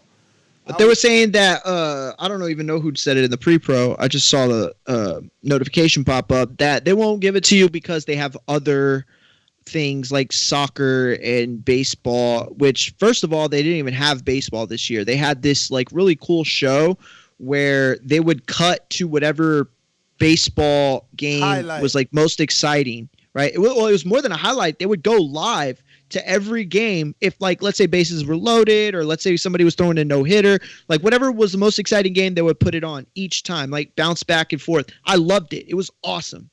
And they didn't have that. Soccer, I don't know what soccer games they really had, to be honest with you. They did start having Bellator later, but let's be real. There were 3 months or at least 2 months with zero sports. And those months should be, Listen, given back to us. Everyone was compensated with COVID relief. If that's the type of company the DAZN is, they're just going to have a very uphill battle trying to, fix the perception of them. But I'll say this, that I agree with Steve. It didn't work. We should be entitled to more boxing and good boxing, not just UK fighters from Eddie's backyard. Let's check your text. We definitely need fighters that can. Man, he checked my text. That he just ruined my whole train of thought. My bad. Real quick though, super chat from James Cook. He says, "I hear you, Ness. So Canelo is just fighting for what's his. Then he is right to ask for his money." By the way, this is Rocky from Patreon. Rocky, I read Rocky's like 5 times before you. I'm just like, yo. Is this like sarcasm? Like, but it's not. But I'm like, wow. I mean, maybe it is. And now Omar's on. Chee! Omar. Okay, there we go. There we go. He's been activated. The champ. Yo, let me see the camera. Yeah. If you click on it, there it is. Right. Yo, and then do me a favor, get that camera and go whoop just sideways. Yeah. Let's see if he got. So we can get in landscape. Let's see if he got rotation line. Yeah. Awesome. Look at that. The man. Yo, Omar, thank you so much for joining us on the Boxing Boys. We are live right now. And No, thank you for having me. I appreciate it, man. Absolutely. First and foremost, congratulations on the win this past Sunday. Dakota was, wow, he was a very tough opponent. He was. But congratulations on that. He was, man. Thank you, man. I really appreciate it. Yeah, he was a little bit over expectations, but we went with a game plan and we executed it. Omar, Awesome. Can you double check that you're on Wi-Fi? Because you're coming in a little choppy. Hard to hear you. You're probably going to have to check on your phone, your little, the settings. We can wait for you. Don't worry about it. Don't even worry about it. We'll wait for you. All good.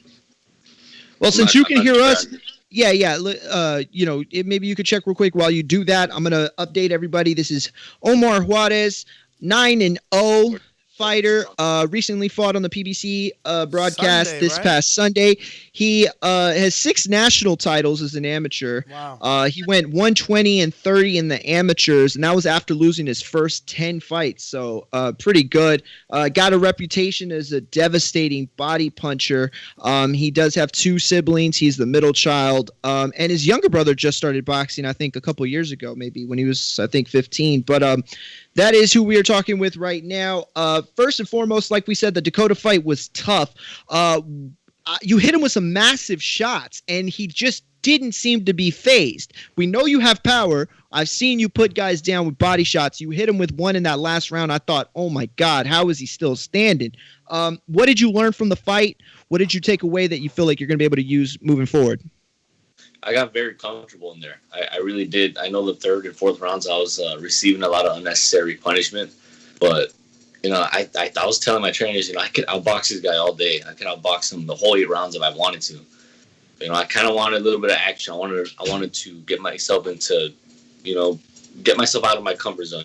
So putting pressure, going toe to toe with him for a little bit. Getting my air, trying new things, stuff like that. I got very comfortable, and that's what's gonna help me a lot.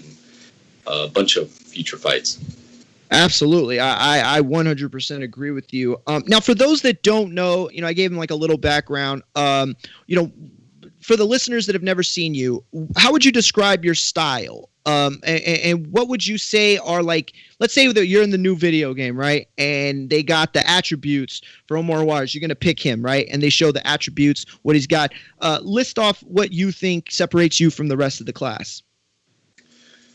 I love to utilize my jab. I love using my jab. We always work on my jab, making sure it's as sharp as possible. And I love to counterpunch. I love counterpunching and using and working the body, man. The body hurts more than the face. So I love working the body, especially abusing the body. Say it, champ. Say yes, it. Sir. That's what's up. Now, this fight took place, I guess we'll call it 140. It was like 142 is what you ended up weighing in at, so it was just over the 140 limit. Was that like COVID? I mean, we've seen that, right, with COVID, where guys are, they weren't able to train for so long, and now they're coming in and, just adjusting the weight. Was that it, or do you feel like a gradual move up to 147 is on the horizon? No, really. All my fights have been at 141, 142, stuff like that. But for this fight, I know my managers told me, we don't want you to. It was just a back-to-back kind of fight. I've been training nonstop for about, 10 weeks. So we were training. He told me this fight, we'll put it at a higher weight, so you don't got to drain yourself as much, because it is kind of hard to lose weight there in the PBC bubble. But, we got it done, and I told them eventually, later on, once I start to get ranked and stuff like that, I could probably make 135. Let me Awesome. jump in. Let me jump in because I would like you to just give us a little bit more information on the difficulties of staying or making the weight while in the bubble. We've had a few other interviews, and they've kind of said the same thing, and we've also seen a few guys come in overweight. So if you could just give us a little bit of insight of what you actually had to go through and your difficulties. It was hard, man. It was hard more mentally, because, in the back of your head, you went through the whole training camp, and we're testing every Tuesday and Friday, I believe, before we actually enter the bubble. So we're testing a good amount of time to make sure we don't have the virus. So before we get into the bubble, right away we got to do a test, the one where they stick that damn thing all the way down. You. God, I hate that. So they end up doing that, and then we have to stay quarantined inside our room for the next day, I believe, until they get the test. Once you come out negative, you're able to walk downstairs where the food court is at, and that's pretty much it. We got to stay the whole week after the fight. We're not able to go celebrate. We got to come back to where I escorted back to our rooms and stuff like that. So it's a whole week of just quarantining yourself, and the only thing you can do is eat. It's pretty much it, man. Man, 1 hour for the workout room, and that's it. How does it work on your mind? Because you're kind of confined to the room and to that space. Does it mess with you mentally, or is it just something about, With me, I had to get in my head. I was just happy to be back. It was a blessing to be back, and I feel like that was helping me keep, positive minded towards everything. So it was fine. If I have to go through it again, let's go through it again. As long as they're keep me busy, We lost you there a little Yeah, bit, you but chopped up just a bit. I pretty much heard it. I think you said as long as they keep you busy, you're willing to go through with it. Oh yeah, definitely, yeah. Awesome. As long as they keep me busy, I'm willing to go through whatever it is they want me to. Awesome. Now we're actually pulling up pretty soon on your 2-year anniversary from when you debuted. You actually debuted on my birthday, mine and Alex Lainez's birthday, September 30th. You debuted 2018. You were on a really stacked card, even though the main event was a little weaker. The whole card, I mean, you had Joey Spencer on there. You had Jose Valdez. F.A. Ajave was on there. Man, there was like a lot of guys on there. Now, I wanted to ask you, because you're from Brownsville, right? I'm from Corpus Christi, by the way. Okay. Yeah, so South Texas boys here. Because you're from South Texas, and I remember the Omar Figueroa stories about how, Oscar had kind of like, he treated him almost like a college or a high school football prospect, the way he, kind of courted him, and they flew, the rumors are that he flew down and he went out of his way. Listen, you're a good looking kid. You speak well. You have all the intangibles that I would have thought that a Golden Boy would have wanted. Did they ever make that kind of offer? I mean, did you always know that PBC was the destination, or what was it?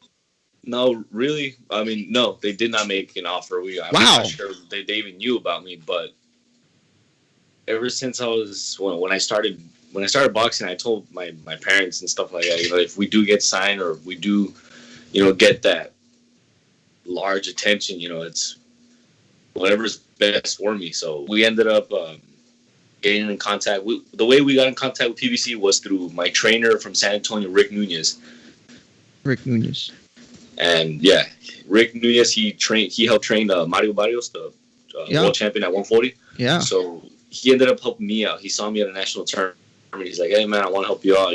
I have connections and this and that." And from there, it's so really. I mean, we didn't have any offers. It was just more like, all right, let's go see what these people have to offer and stuff like that. Gotcha. So that's where I started meeting all these. I met my managers, Bob Santos and Luis de Cubas.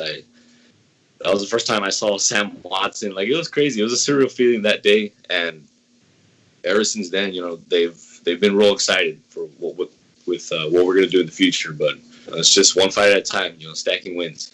That's awesome.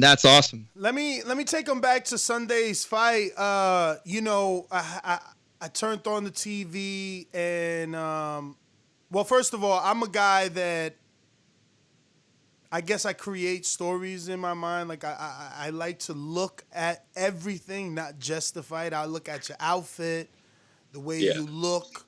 I look at your posture. Like, when I seen Sinisa Estrada get in there with Mom, I knew that was going to happen. Just the way she was holding her hands. So when I seen your opponent, I was like, what the hell? This dude is about to be nobody. Like, I didn't think visually, he did not look as durable as he was. Then obviously you listen to the telecast. We didn't listen to it live because we watched it, but then, we go back and listen, and I heard Goosen saying how he had a fighter that faced that guy, and that guy was pretty dangerous because of his awkwardness and the power. And obviously, awkward is always an issue, but I just want to ask, did you do research on him, or was that your first time seeing him at the weigh-in? And what was your first impression? Like, do you do that like me? Like, are you basically, sizing a guy up and looking at him like, man, this guy's not on my level? Guy was a wrestler too. No, yeah, we did do a lot of video on him, and we saw that he doesn't have a lot of ring IQ. He doesn't have the most experience, but we did see that he was a tough dude. We did see that, and that's when Joe Goosen had told me in the fighter meeting 2 days before the fight. He told me I had a fighter that fought Dakota Linger, and he puts on a hell of a fight. He keeps coming. So in a way, I kind of expected that. I didn't underestimate him anyway, because it's happened to other fighters where they underestimate them, and there's a huge upset. So I treat him the same way I would treat any other fighter, but I knew it was going to be a tough fight. No, I definitely. I just want to shout you out for watching the tape. We interview dozens of fighters every day. We have an interview, and we hear most of the time, no, I don't watch tape. I let my trainer do that, or I don't watch tape because if you study a guy, he might not fight that way. But I think all those things could be true, but watching tape could also be beneficial. So I'm happy that you're that type of fighter. I mean, look, I didn't know who Dakota Linger was either, right, Omar? But when I saw you in there, I saw you very comfortable. You were able to box when you wanted to. You were able to trade when you wanted to. Is that what you were trying to do in stretching the fight out? Maybe just getting your rounds in, because at times, I mean, you did hit him with some hard shots to the body, but if any of those shots would have been carried up to the top, I don't know if it would have been the same. Did you just get real comfortable, and just doing your thing? Because honestly, I didn't know too much about you either, but now I'm interested. I'm very interested because you showed those wrinkles of rhythm. You had your own rhythm in there, your own swag, and yeah, man. Was that part of it in there when you're thinking you're in there, with the high guard, you're taking shots, you're like, you know what, man, I'm gonna do my thing. Yeah. It was about the second round where I was coming in strong, and I saw like, wow, this guy's taking a lot of hits, man. This guy's taking a lot. He's not gonna go down. So that's where in the third and fourth round I began to slow it down a little bit, get my rounds in, get comfortable, most importantly. And that's really what helped me in the later on rounds. But I'm excited to start going to 10, eventually 12, and Yeah, you're who I am. You didn't look tired at all, and that's no, I wasn't. Impressive. I trained very, very hard for the fight, and I wasn't tired at all. Definitely. Listen, I do have a few more boxing questions, but I just wanted to make this point. I knew who you were. I had seen fights. I make it a point to make sure that I know everybody from South Texas, or at least try. It's hard because, as you know, there's a lot of fighters in the amateurs in South Texas. But that said, what really caught my eye, or what really wanted to make me pay attention, was your community work. Already, you have done a lot for your community. I mean, you've spoken in front of 40,000 people already? Or is that number off a bit? Am I wrong about that? It's been a lot, man. It's been a lot. Okay, yeah. You're not keeping count. That's fine. I've been doing this since I was 17. Yeah. Yeah. I've been doing this since I was 17, so it's a lot of students. It's the school districts here in the community. Not just that, but I also speak I'm an MC at a prom, but there's a bunch of stuff. There's a bunch of stuff that I do, but yeah, it's been thousands and thousands of students. What do you mean, MC at what? It's a prom for kids with special needs. It's sponsored by the Tim Tebow Foundation. Yeah. And I've been the MC there for 3 years already.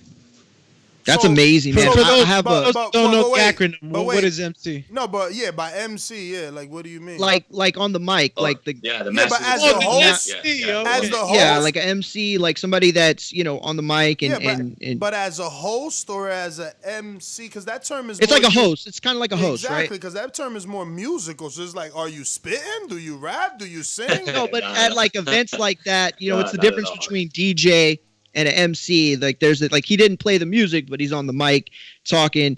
And by the way, I have a handful of family members, and I had a neighbor, who would be the dates for the kids there, and man, it's such a great program. It's so awesome. I don't know if it was around when I was in high school, which was like a long time ago. If it was, it would be a regret of mine that I didn't get involved in that, because that's such a huge thing. What's prompted you to have such a outreach in your community? Like what's that drive there that's made you, that's prompted you to do this? Well, I mean, that's just the way I was raised, but really mainly was ever since I started, chasing my dream, wanting to become a world champion and stuff like that. Our town is known for not the right things, the wrong things. A lot of people see us as a poorest city in the world, stuff like that. Dangerous. Yeah, dangerous and stuff like that. People ask me like, "Oh, do you hear gunshots?" Questions like that really not you see cartel members. They want me like that. Those questions make me want to make a change eventually. Show people how beautiful my city is, stuff like that. Damn.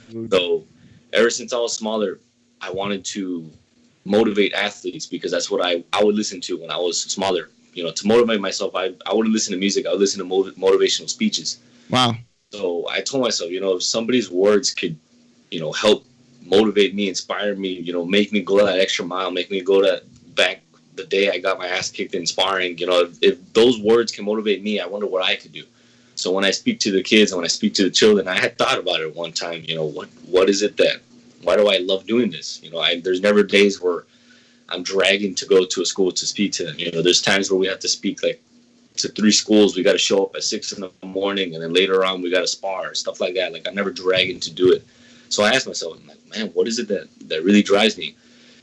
And I feel like it's because when I speak to the students, when I speak to the children, I see myself. I see like 8-year-old Omar getting into box, or 8-year-old Omar at 9 years old, barely finding his dreams, people not believing in him, people laughing at him, stuff like that. That's why, I love really engaging in my community. And of course, with the help of my team, my parents and everything, we're doing a lot of good things, man, but we're not done. Y'all are doing a lot of good things. I actually lived in Laredo for a few years, and Laredo, for those that don't know, is right there on the border of Mexico. And I remember coming back to Corpus and having family members say, "Oh, watch out for the drug dealers, or watch out for the cartel. Don't let them get you." And it was always like one of those things, like, that's not my life. Like, I live the exact same life. Like, I go to school. It's much more normal. Like, yeah, most people speak Spanish there, and I didn't speak Spanish, so it was like really difficult for that. But it wasn't like that at all. And I'm inspired by you to do that, to give back, especially in the times that we're in now, where you see, kids in cages, and you have, the leader of our government saying the things that he does. I'm just, I'm in awe of that. And I bet that it helps to hear it from someone who is younger. Like, I remember when, speakers would come in, and it was like an older person. The disconnect was there. So having a younger person there, especially a fighter, it's got to be huge for those kids. So, I applaud you, man. Definitely, for sure. So talk us through what you got on the horizon. How do you think you're going to get in another one by the end of the year? Oh, absolutely. We're looking at maybe sometime in November or December. They're trying to keep me busy. We're trying to get a lot of fights in, and hopefully next year I get in another maybe 5. Wow. Awesome. That's whenever terrific. You guys are ready, we definitely got questions from the people for him. Okay. Omar, we have get Patreon questions for you. These are from our most knowledgeable listeners. So, these aren't trolls or anything like that. Doomy, you have them pulled up? Yeah, I got them, man. Okay, the first cool. one's actually coming from Nova Scotia, all the way on the other side of the planet. Shout out to you, Jeff. And he says, who do you have winning between Gary Russell and Devin Haney? Yeah. That's an actual fight that's going to happen? This is something that's actually been happening in the last 2 days on the show. The fight's been is basically being made on social media. Yeah. And Gary Russell and Devin are willing to fight each other. I don't know, man. I mean, Devin Haney's young though. He's young, and he's fast. He's sharp. They say that he's really smart as well. So I don't know, man. I don't know. I guess I would have to go with Devin. I just don't see Gary Russell beating him. Really, that's my opinion. Hey, young lion takes out the O line. I get it. James Valdez says, and he's from San Antonio, Texas, by the way. Shout out to the Texas boys. It was interesting hearing what you do in your community. Salute to you, champ. I look forward to following your next fights. My question, Loma versus Teofimo. Who wins and why? For some reason, something's telling me I feel like Loma's too much for him. I don't know why, man. I don't know why. Teofimo's a really good fighter. He's a really strong fighter as well. But something's telling me that Loma has too much experience for some reason. I hate finish. Yeah, I feel like he has way too much experience. Me and him have a bet. He's got Teofimo. I got Loma. He's gonna have to do 1 million push-ups after I win. Not only do I believe he's gonna win, he's also my paisan. Shout out to todos los hondureños. You know what I'm saying? But no, I get it. I get it. And James did finish off with hashtag the lightning. For those that don't know, that's his nickname. In Spanish, it's El Relámpago, right? El Relámpago. Relámpago. Yes, sir. Relámpago. Look at that. Nice. All right. Next was coming in from Trey Miller. He says Josh Taylor versus Jose Ramirez. Who you got? Jose Ramirez, he's an aggressive fighter. I feel like he would take the win. I'm going with Jose. As am I. All right, we got a couple of more. Next was coming in from Lewis. He says, keep moving forward. I live eight years in San Antonio, and I've seen many fighters get robbed in amateur, then later discover that's everywhere. But glad you actually have skill and not just hype. Love a pure boxer. So just a shout out from Luis. No, thank you, man. I really appreciate it. That's awesome. And the next one's coming in from Dallas Fort Worth. Damn, Texas in full effect. Stand up. George says, Eddie Reynoso is the master of teaching counterpunching skills. Would you consider signing up with Eddie? Nah, man. Honestly, because I've had people ask me if I would go with RGBA or if I would go with Freddie Roach or something like that. And I told them I feel like the team that I have now is perfect. We're not only growing and learning together, but I feel like with what we started all the way to world title and more would be, better story. I feel like I'm perfect with the team that I got now. All right. All right. Stainless says, what's up, champ? You hit Dakota with some brutal body shots, even stopping his movement with some of them. And it was obvious to me that you could have took him out with more hard body shots. Were you just trying to get rounds? And thanks for coming on and answering our questions. I hadn't really seen you much until this weekend, and I'll be looking forward to seeing your future success. And come back whenever, bro. TBV for life. No, well, I did see, when I would hit him with those body shots, he would slow down. But I still felt like he still had something in him. I didn't want to hit him in the body and for him to slouch, and I go at him all crazy, and he swings something and catches me with something lucky. It's professional boxing, and he did have a heavy hand, so I wasn't just going to go in there and go all crazy. But I was just glad to get in the rounds, and I did close very strong. I thought in the last round I'd be able to put him away, but no, he was a tough dude. Hey, you hit him with some hard shots in that last round. He's built like an anvil, that kid, bro. For real. Yeah. Stone Bone Boxing from Colorado says, peace, champ. What name at 140 would you like that would test you and get you ready for the Taylor Ramirez's of the division? Maybe a Prograis, that's Regis Prograis, or Adrian Broner type. In a year or two would be fire. Man, I've gotten asked those kinds of questions. Who are you targeting? Who are you looking at right now, and stuff like that. But like I said, I feel like I could still make 135. Once I'm able to fight for, I guess, like junior titles, stuff like that. Once it starts to matter, the rankings. Right now, it's just really building me up. So I feel like I could go to 135, but no specific names. I don't have any specific names. It's more like put me in the ring with him, and now he's my enemy. I'm not really targeting anybody. Let me ask you, because Mario mentioned 6 nationals, right? 6 national titles. One of them was a Golden Gloves, and the other one was, I believe, a Junior Olympic national title, right? And how many amateur fights? 120. Oh wow. He had 120 wins. Yeah. It's a lot. That's up there with Keith Thurman. So, because my question is now with fighters like yourself developing before our eyes on television, you also, guys are becoming champions a lot sooner now. Look at Teofimo, Shakur. I understand those are Olympians, but I don't know where your mindset is with your amateur background. You could be, on a title hunt whenever you think ready. That being said, I'm just trying to get a timeline of when you see yourself fighting at 135 and campaigning at that division where they will rank you and you can get an eliminator. I see another year and a half at the most. That's what I feel. I feel that the way that they're moving me, I feel like in a year or year and a half, that's when I start fighting on 135. Okay. Yeah, I feel like that's the perfect time. Good. Well, I like that. That's what I wanted, some clarity as to when could we see you in there getting those opportunities with named, or not necessarily named, but the people in the actual 35-pound division. Yeah.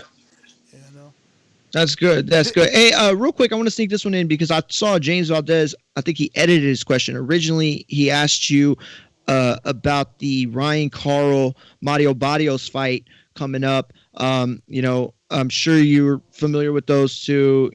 I've covered them for years. To me, it's a big Texas fight. A lot of people might not be familiar with them, but it's a huge fight. And I think stylistically, it's a good fight as well. What do you think of it?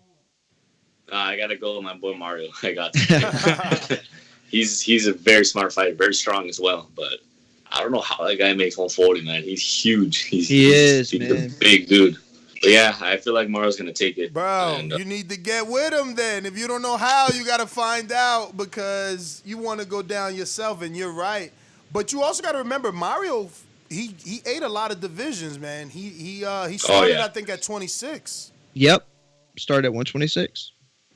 Yeah, I've asked him. I've told him a couple of times. We used to spar a lot, and I asked him, like, man, how you make 140? And he said, bro, honestly, I feel like I got maybe 2 more fights in me at 140. After that, I can't go anymore. He's not just tall, but he's also getting kind of wide. Thick, yes, wider. His shoulders. Frame. Yeah, his shoulders and everything. He's a big dude. So I don't know how he makes 140, man. It's crazy. Definitely. So wait. So go ahead. When exactly did you spar him? Have you sparred him before Virgil or since Virgil?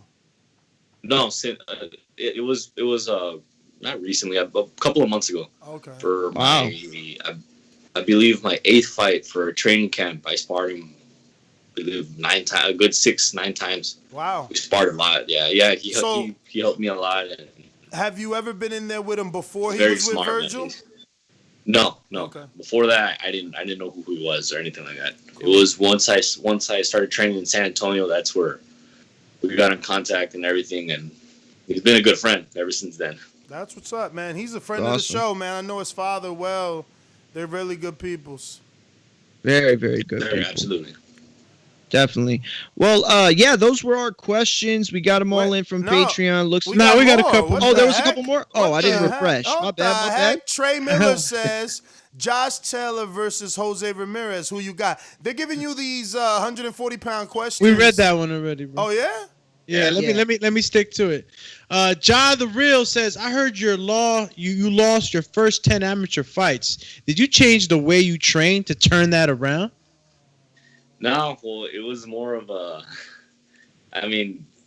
when I started the sport of boxing, it was me and my older brother. So really all the attention was on him.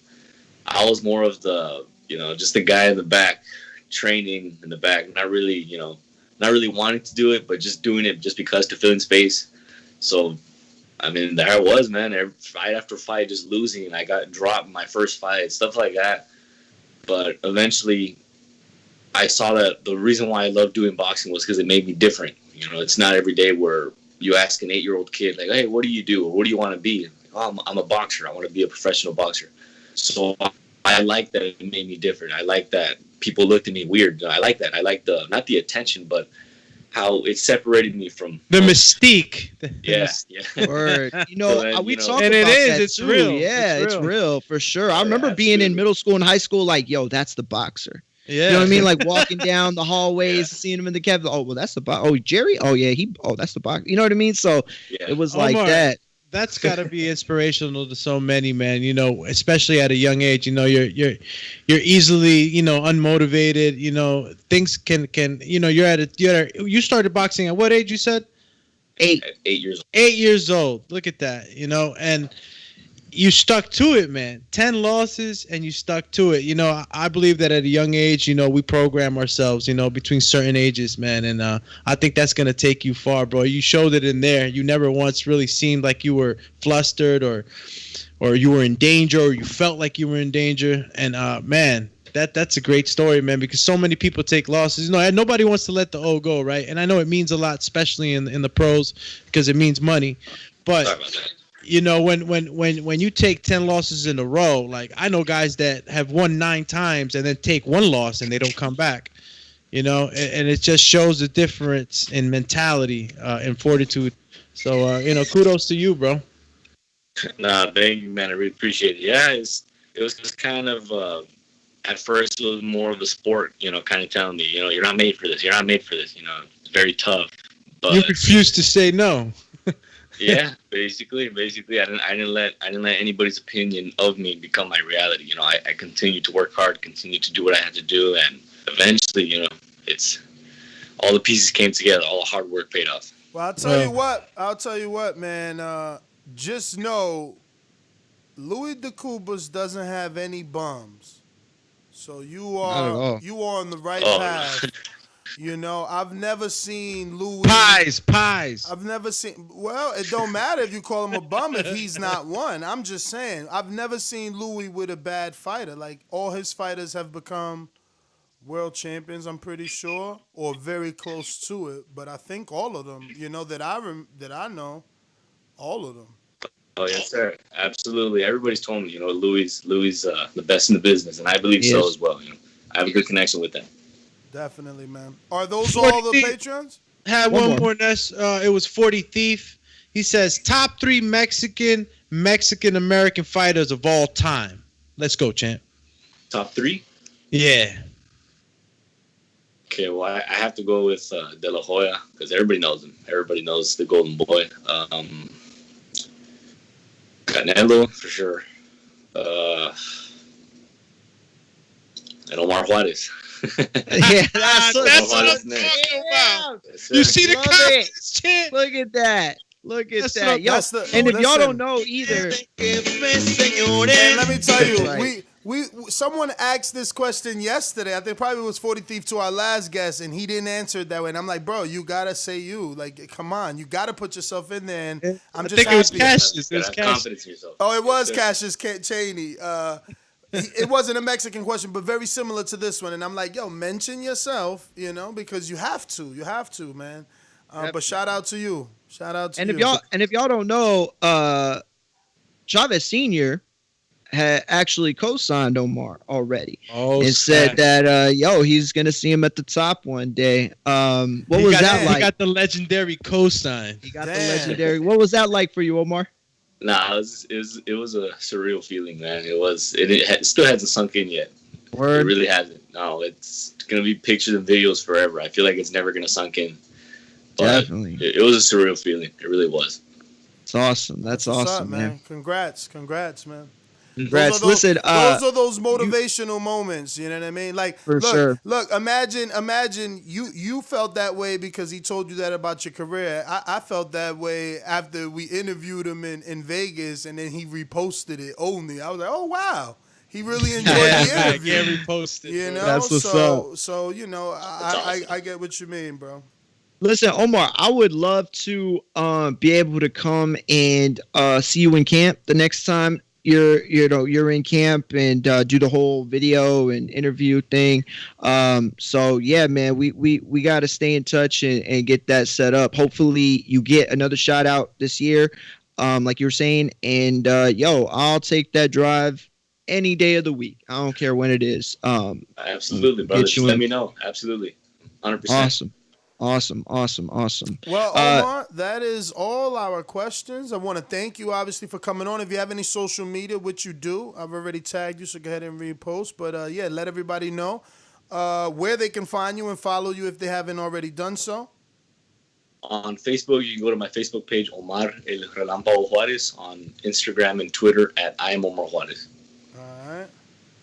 Well, Omar, man, once again, thank you for your time. We look to get you back on soon. Stay in touch with Mario, bro. Anything you get cooking, whatever they tell you, any announcement, future fight, potential opponent, let us know. We're going to definitely talk about you and keep you in the eyes and ears of our listeners. Absolutely, sir. Thank you. I want to thank you guys so much. Thank you guys for the support as well, man. No I really problem. appreciate Definitely. Anytime. Great Gracias, fight. Once Omar. again, man. Brownsville, stand Congratulations. up. Congratulations on that fight once again, champ. Thank you, man. Thank you. I appreciate it. Thank you,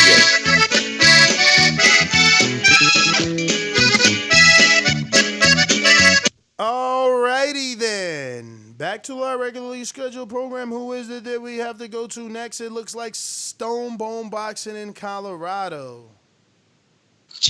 What up? What up? What up? What up? Yeah, man. Great interview, man. Look, that's why Tank gonna have to stay committed, man, because even after the Teofimos and the Devins is gone, the future 135 pounders are all 5'8", 5'9", 5'10" guys too. And it's gonna be tough for Tank at 5'4", competing with them big old dudes. He probably physically strong enough to do it, but it's gonna be hard. It's different when you boxing a Shakur when he's 16 and you 22, or beating up on Devin when he's 15 and you 23, 22. These guys are gonna be grown men bringing that pain. So Tank better get it together. And I like Juarez. He got good size. The body work is great. That's gonna carry him a long way, man. Because if you got a guy that go to the body, he'll take less punishment. Because once he figure out that the body work slows down, the punch output, the movement, everything, it'll benefit you greatly. And Canelo, listen, 9 out of 10 businesses that are started fail. So never not take money from a business because it might fail.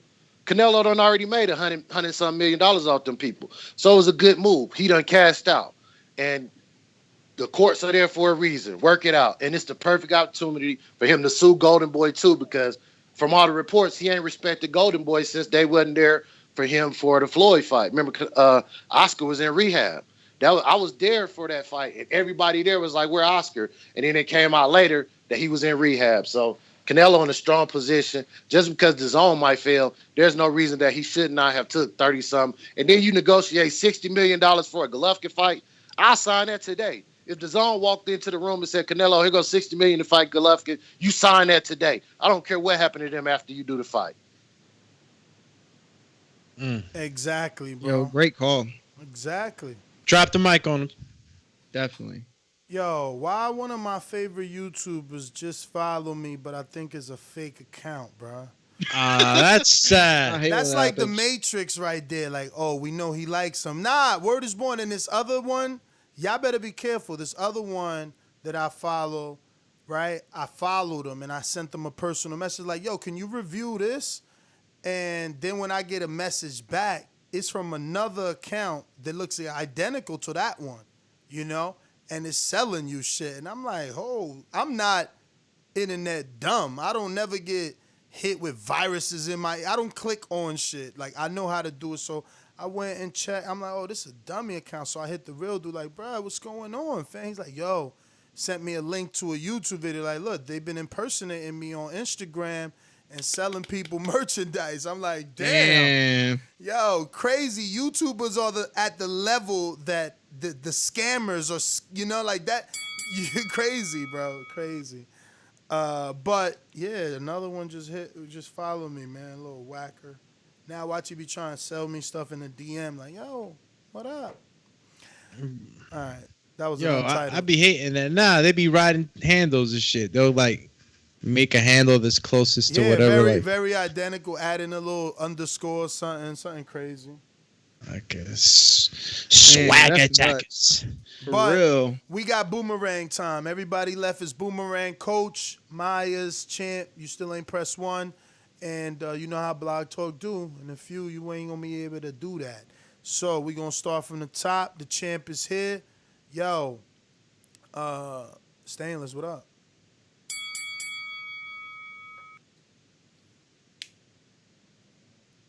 You know what? I think he taking a moment of silence because he told me to play this other one. Then we got Juarez and got Busy. I'm stacking them up so I can find them easy. This is the newest one right here. Good day, everyone, and welcome to today's Shakur Stevenson versus Felix Caraballo International Conference Call. It is now my pleasure to turn today's call over to Evan Korn. Please go ahead. Hey, well, first off, I want to thank all of the media for hopping on this call. I don't think that's it, right, Stainless? Because I'm like, okay, maybe he put a little ad-lib in there, but maybe I picked the wrong one. Or am I wrong, Stainless? Let me know. That didn't sound that's the wrong one? That's definitely wrong. Yo, but go ahead and take your call. I'm going to find it in the meantime, play it on the end. How Yeah, about that? I throw it on there again. No. I got it. I was just trying to be slick and find it because you had said you had already sent it to me. So I'm like, oh, if it's the numbers, I'll find it. But I was wrong. I sent it to you again. No, I know. I know. Yeah, I was just thinking Omar Juarez. That's why I was kind of caught up. You know what I'm saying? I try to make a habit, at least when I'm on here, like going back and thanking the guests who are coming on for the interview. You know what I'm saying? So, it's all about, you know what I'm saying, getting it ain't no we listening, you know what I'm saying, and we going back and thanking them, and they ain't gonna have no problem coming back on when they get that championship. So I like dude. He gave honest answers. You know, I thought a couple more hard body shots, you know, maybe double them up. I think dude would at least took a knee, you know what I'm saying, and maybe he could have got him out of there. But, you know, he was in there taking the punches, and for him to not only say, well, no, I thought this, plus he heavy-handed, you know, that's honest right there. So I'm definitely not hating on that, bro. That's what I like to see. And Stonebone hit it right on the nail, man. I don't know what Tank gonna do. You know what I'm saying? He might want to go back down there and get Gary vacant 126 after Devin Haney take him out, because he can't survive at 135 and 1. Like, those is too. He's gonna need a better plan than that, and definitely more discipline if he gonna keep doing this boxing thing, because it's people in there who's serious and trying to make a name and a legacy for themselves, man. That ain't what he doing right now. You know what I'm saying? Again, as I always say, please make sure you push that thumbs up. Share this and every episode of the Boxing Voice podcast. This is TBV for life. And if you ain't on Patreon, it's because you stupid. Let's try this again. Peace. Big day down the road in Canastota as the International Boxing Hall of Fame has announced their class of 2020. After 3 decades of inductees, this year's class may be one of the biggest.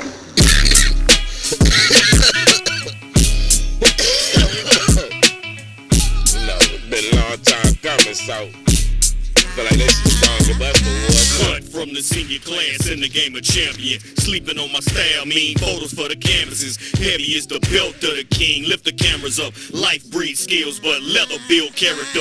Countdown to greatness, 10 seconds for my challenger. Champs raise hands and give hugs to the managers. Lift each glove in, legend if you spelling it. King of the ring, now everybody yelling it. Ladies and gentlemen, welcome to the Hall of Fame. Tonight's inductees, Info, Joe, and Stain. You know both they names and what they brought to the game. Info moved on the coach and Stainless still trains. Hits on stage, put on the show. Center ring, punchlines, delivery. My boxing science is chemistry. Mix it up with Stainless and it's explosive up in the ring. I float like a butterfly, sting like a killer bee. Hit like a ton of bricks, turn you to human centipedes. Acclaim for my square circle skills. Fit in the streets, it's Mike Tyson, Willie Green. I don't like it, he deleted. You don't like it, come and see me. Gotta see it to believe it. Seeing it make you believe I'm legendary for a reason. Everybody got a plan until they see the hand and swinging. Yeah, you the man, I'm the man who done ran the kingdom. World champion, that's why I'm up and making speeches. Cut from the senior class in the game of champion. Sleeping on my style, mean photos for the canvases. Heavy is the belt of the king. Lift the cameras up.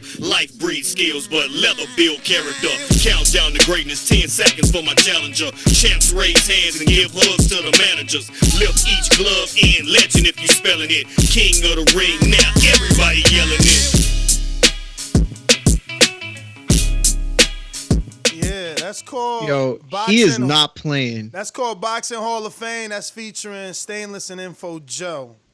So I don't know if that's Joe on the hook or Joe got to do that hook. Because I don't sound like Joe, but it almost sounds like Joe sometimes. My man said leather builds character. Chant. Killing them, Chant. Is that like a throwback to like when we came up and our moms hit us with belts? I'm lost. Leather, bro. Leather builds character. The gloves. Bro. The gloves. Go, Chant. Okay. I know we was getting chocolatazos back then. That builds character too, but hey, yo, I like that, man. Yo, Sting. Yeah, man. you know, my character came from that belt. Like, you don't want to listen? Chocolate. But we got Boomerang gifted from Supermax in Plainview, Texas, the mastermind to Steve in Chicago. What 7-4 also did the same. Uh-oh.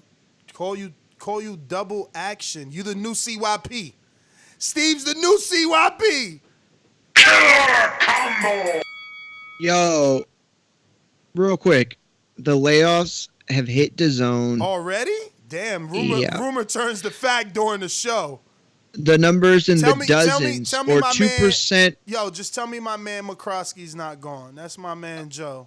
2% of the global staff. Most of the cuts came in the U.S. and Brazil. DAZN is shifting focus. Oh, my bad. Yeah. All right, you got all that. Yeah.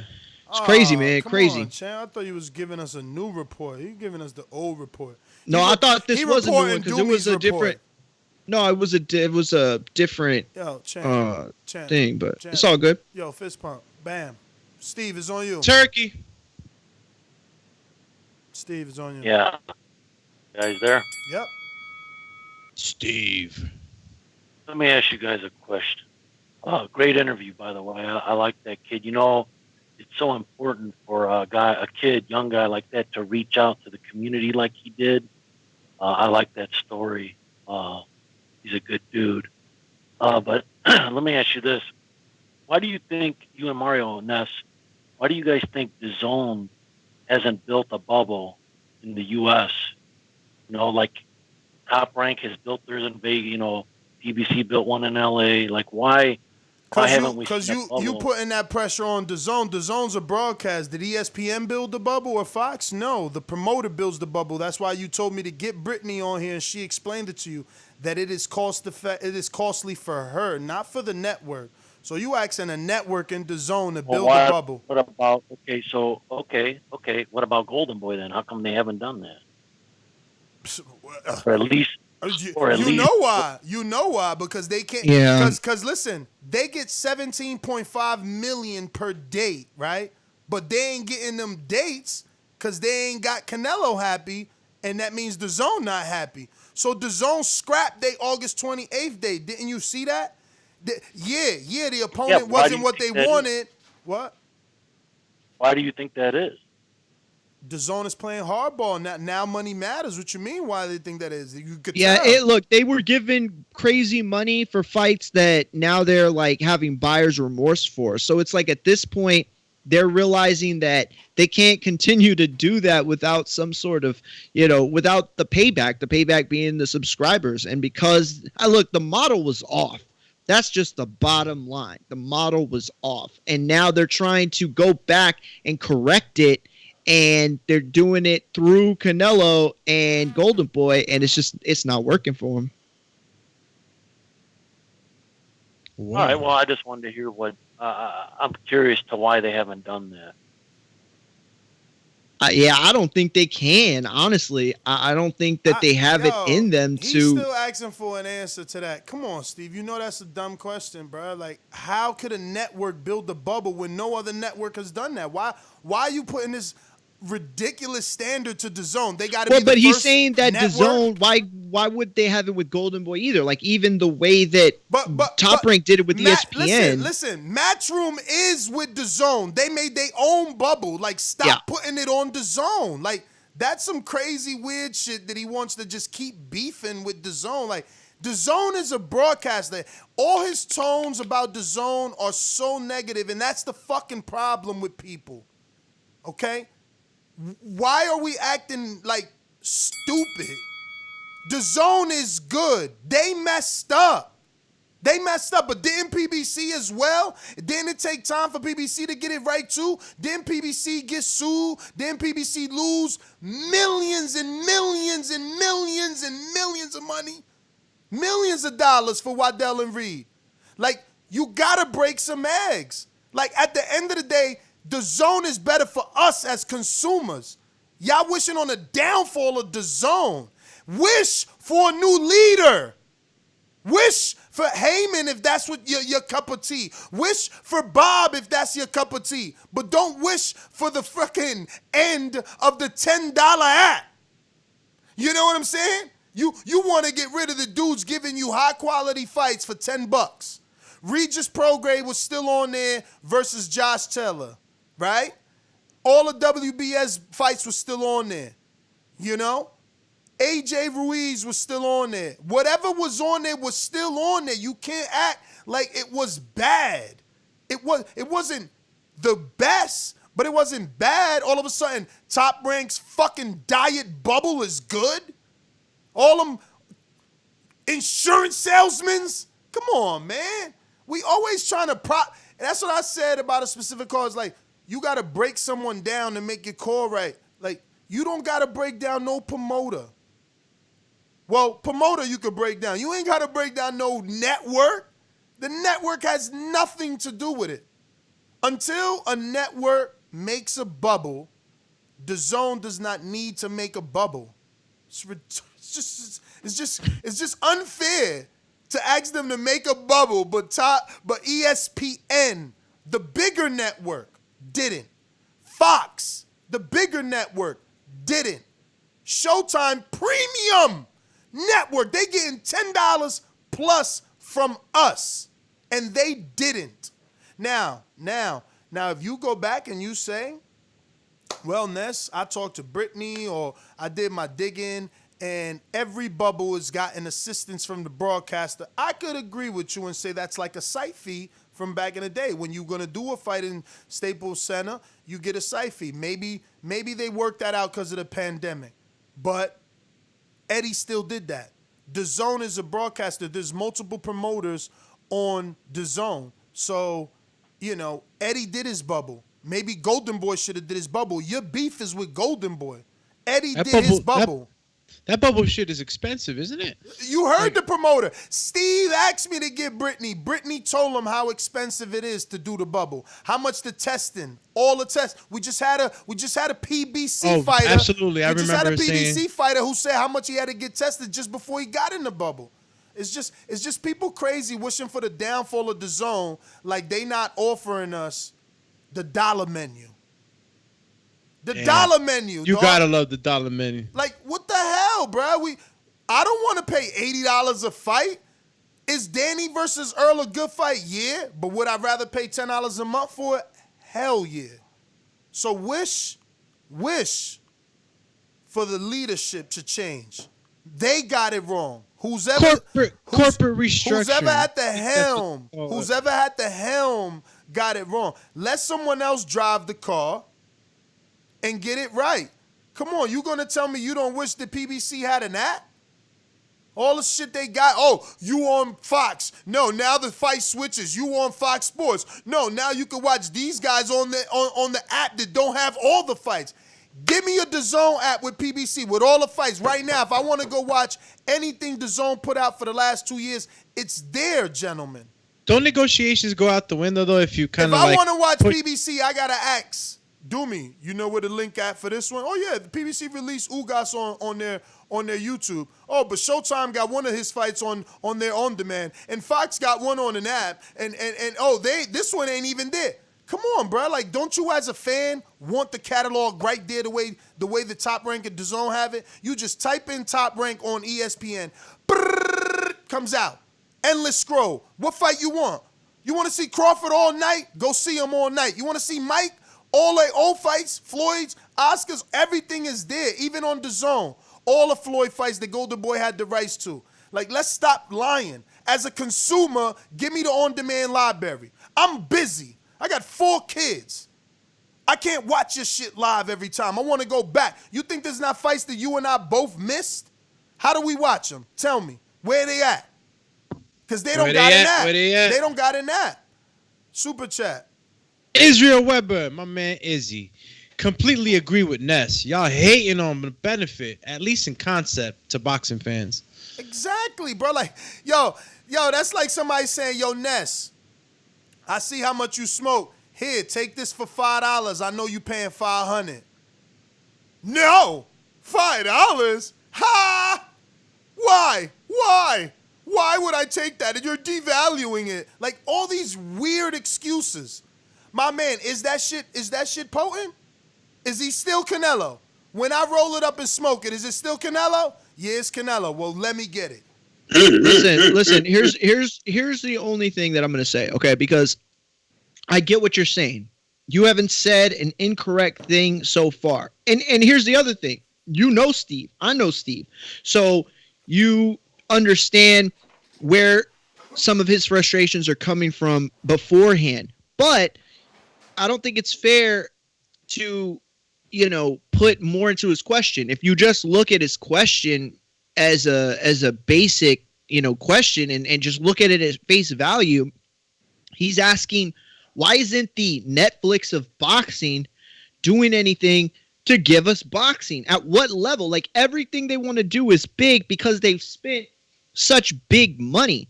But where are the fights? Plain and simple. He wants the fights. I want the fights. Yes, we got the Matchroom stuff, and it was good. I liked it.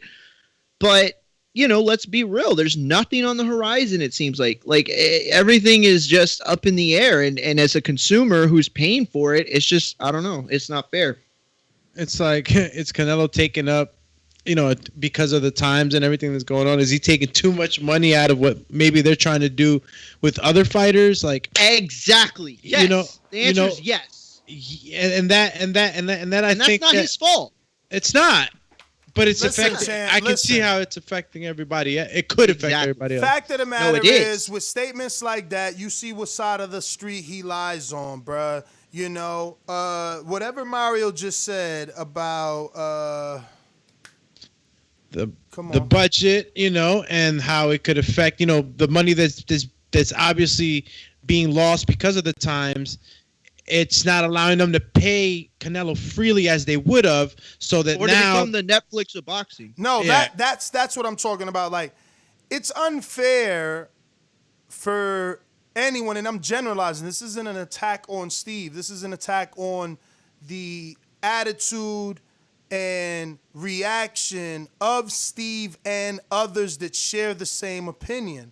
Like, it's unfair to say, oh, well, aren't they the Netflix of boxing? So where's their bubble at?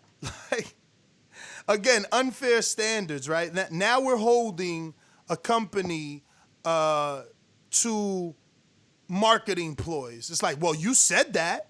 You said you wanted to be the Netflix of boxing. So you said it. So now you got to be the Netflix of boxing. So you should make a bubble. Like, come on, bro. Listen, you're absolutely right. That is unfair. But what's not unfair is to question the decision-making and the way that they operated beforehand that put them in the situation that they're in today. That's, in my opinion, very fair. Shinobi. Ken Stone on the Super Chat says, I see Canelo back on Showtime or a top-ranked deal. Well, we all know Bob said on this air he'd give Canelo anything he want. And my man Mal, yo, slow down, because one time Mario wasn't there, but you should remember Mal very clearly. We met him in Texas. You was there. We went to that bar in Texas that my friend from Texas, snap, DJ's at. He was the guy. He was the guy with the 2 girls. Yeah, yo, Ma, what up, champ? Damn, bro, you took it back, man. Bro, that was years ago too. Now, right? All that, yo, memory shoppy. Yo, well, Ma, shout out to you, champion, man. Ness is preaching. He says, hardcore's begged for the zone for years. We got it, and now we trash it. Our sport will continue to be a niche. Shaking my head, man. I mean, it's actually not a niche though. Like, if you see, boxing is up. Purses are up across the board. Viewership is up across the board. Now, is it down for COVID in terms of top rank? Yeah, but think of pre-top rank COVID. I mean, those dudes were getting 2.7 million. You know what I mean? Yeah. Numbers were good. They were bad on Showtime. And they were hidden on DAZN. But Fox and ESPN, they were doing well. Not to mention, boxing is not down when there's so many different players, right? You got the Azteca TV still thriving, Telemundo still thriving, ESPN still thriving, Showtime, Fox, DAZN, Sky Sports. Like, everybody's still, no one has packed it up. Show me who. Who's gone? Lou DiBella? Which he's really not. We just heard that a new player, Ring City, is coming. So boxing is not down. Purses are at astronomical. Shakur got 500,000 or 400,000 for a bubble fight. I agree with that, but you can't say that it's not a niche. Like, yes, you're right, but it's still a niche in the sense that fights determine what people watch. You know what I'm saying? Like, fight and fighters. Like I'll give you an example. Like, tomorrow, NFL starts, right? And they're going to get big ratings. They're going to get big views because people just like football. It doesn't matter that it's a Texas team versus a Kansas City team. Like, to people, they're just watching it. That makes it a major mainstream sport, right? It's part of the big three. Well, I don't even know if you can count baseball anymore, but it's part of that. In basketball, same thing. But with boxing, you got to still consider it a niche sport only because it's so based on, like, nobody's just watching anybody. You know why it's niche? Because there's only a few. No, it's not niche. Because it's the chosen. It's not niche. Only a few chosen. I don't know. I can't base my argument off it not being niche simply because of this, but you guys watch all the sports, or I don't know if Doomy does, but maybe Mario does. Do Eagles fan travel 30,000 to watch a game, or only for the Super Bowl? Because Ricky Hatton fans travel, Canelo fans travel, Crawford fans travel, Earl fans are traveling, Danny fans travel, Gennady fans travel. These are people that are selling out regionally and on both coasts. You know what I mean? So I don't know that it's a niche sport when you can make that many people take interest into a one-off fight. But I wish boxing had the setup of an NBA and an NFL where there's storyline, and like every week, Eagles are fighting this guy, and if they get that guy, we don't know that. We're like this. Oh my God, Gary Russell versus Haney? Yay! We didn't know that was gonna happen. If we would have known, that's how he gets excited. But tell the truth, if we would have known, like, yo, bruh, all Gary got to do is beat this Dominican. Devin got to do is beat this Dominican, and we get. It would have been built. We don't get storylines because they dumb in boxing. They dumb. They don't want to. Maybe you're right. Maybe it is a niche sport. They want to keep it like that so they can keep doing this weird stuff to Canelo and other people like Canelo. Super chat from Ken Stone says, boxing is like soccer in the States. Big globally. You right, champ. Yeah. You right. That's what I'm saying. Like, people come out. Soccer's like a niche in the States. Earl Spence put 48,000 people with Mikey in that stadium, and Canelo put what? Earl broke his record or just close because Canelo had 50, maybe, something like that. So, yeah. No, you can't tell me that, man. Like, yeah, but listen, I like it like this. You know what I'm saying? Like, I like to be in a sport where, like, I could immediately recognize whether you actually watched it or not by having a 5-minute conversation or less.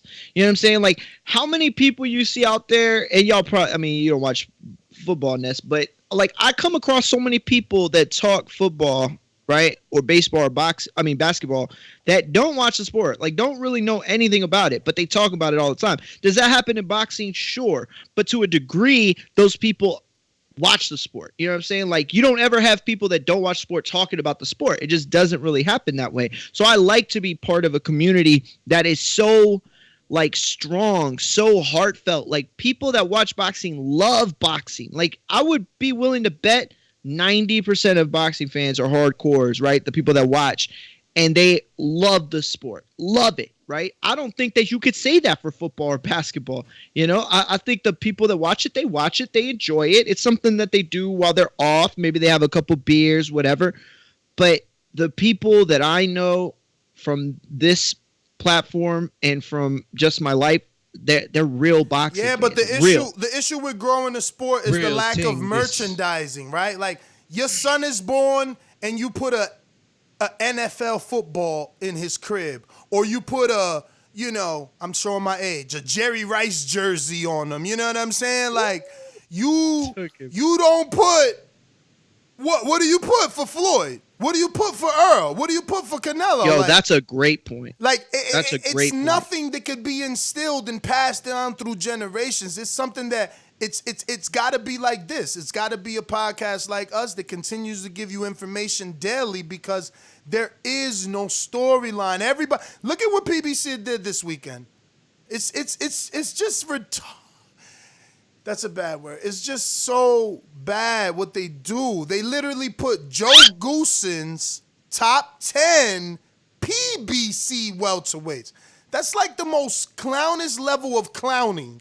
You know what I mean? It's like a clownathon happening at Fox is what they got going on. Bro, I don't get it. Like, come on, man. Like, they're going to keep... One day they show you Crawford, the next day they hide him. One day he's a title holder, not a champ. They'll put him as a title holder. The next day it's like top 10 Goosen. Bro, they're out of control. And that's what I'm saying. Because there's so many different broadcasters having their own interests, easiest way to explain it for casuals, they're like, yo, what is this guy talking about? Well, did you ever see Pepsi and Coca-Cola do a commercial? No, and you won't. And it damn sure ain't going to be with Snapple unless they're a Coca-Cola company. You get what I'm saying? I get what you're saying. It don't champ. happen. It don't happen. Beyonce is doing a Pepsi commercial, not a Coke. They backed her. She's their Canelo. You understand? So you saying you want to go into Champ Sporting Goods and see a rack of boxing shorts with Canelo Mayweather name? Yo, I would buy them. That's how the legacy lives on. You know, your 3-year-old has a birthday, and father's influence plays a part in that, and he goes and buys him a Canelo outfit or an Earl Spence man down shirt or whatever the case may be. Where's the sneakers? Where's the sneakers? Why only Jordan got Jordans? You know what I'm saying? Why Andre Ward had to wear Jordans? Why Gennady had to wear Jordans? Why did Nike couldn't make the Golovkins? Like the way that we like think they of did the Pacquiao? And they took it from them, but they were, they did do the Pacquiaos. You're right. And even though they took his name away, we still call them Pacquiaos. I know I do. Word is born. I know him as the Pacquiao's. They ain't nothing else. They ain't nothing else but the Pacquiaos. Now they're going to get a new name because they changed. They made a new design, but I'm not into that design. I got 2 pairs of the Pacquiaos. I love the Pacquiaos. And I'm not a fighter, so I'll probably die with those 2 pairs. I need them Everlast. I got the Reeboks. Mr. PBC on the super chat says DAZN dead. Eddie straight bollocks saying pay-per-view dead. Cinnabon drained DAZN. Fighting Rocky Fielding of the world. Fighting the Rocky Fieldings of the world. Man. Floyd paid. Come to PBC. Lil Chico. And Hey, suck my nuts. Yo, you got to Michael Buffer?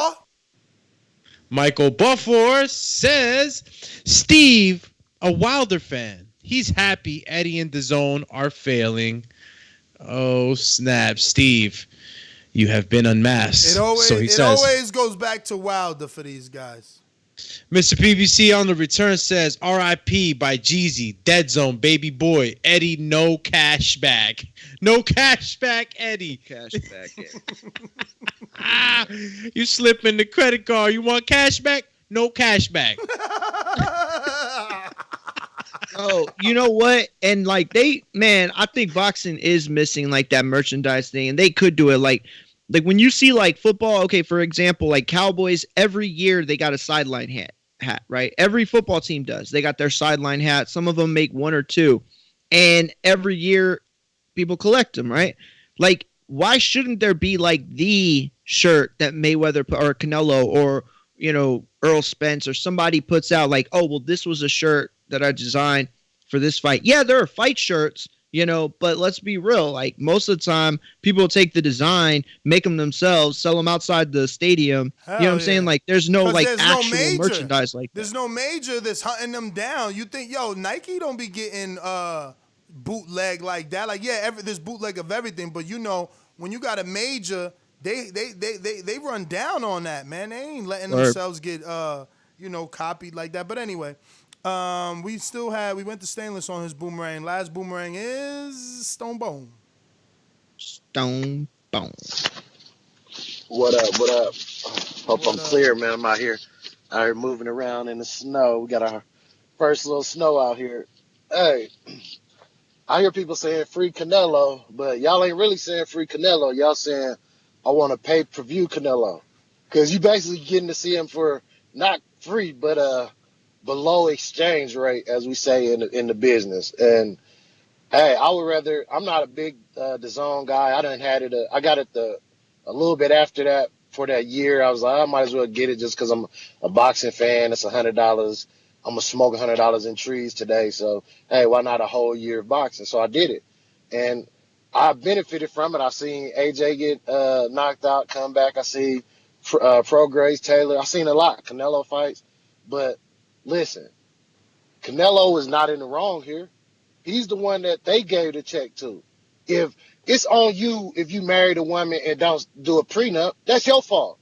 So when she leave and get $300 million out of your $700 million, that's your fault. Canelo signed a deal that was beneficial to him, and he putting them on the plate. Either y'all gonna let me fight and pay me my money, or we go to court. That's the options. So nobody should be mad. You should be appreciative that you, whatever, even if most of the people who complain about DAZN never even ordered DAZN. So it's just like, if you never even ordered it, never used it, why are you so complaining about it? A lot of people will tell you, I ain't ordered his own. I ain't paying him no money. So what the fuck you wasting, excuse my language, what you wasting time complaining about it for? I ain't heard you complain about no fights on Showtime for 6 months and you still paid your $10 a month for that Showtime, didn't you? You know what I mean? So you Exactly. And that's why he's my caller of the year. Exactly. My Gene Bear, talk to me.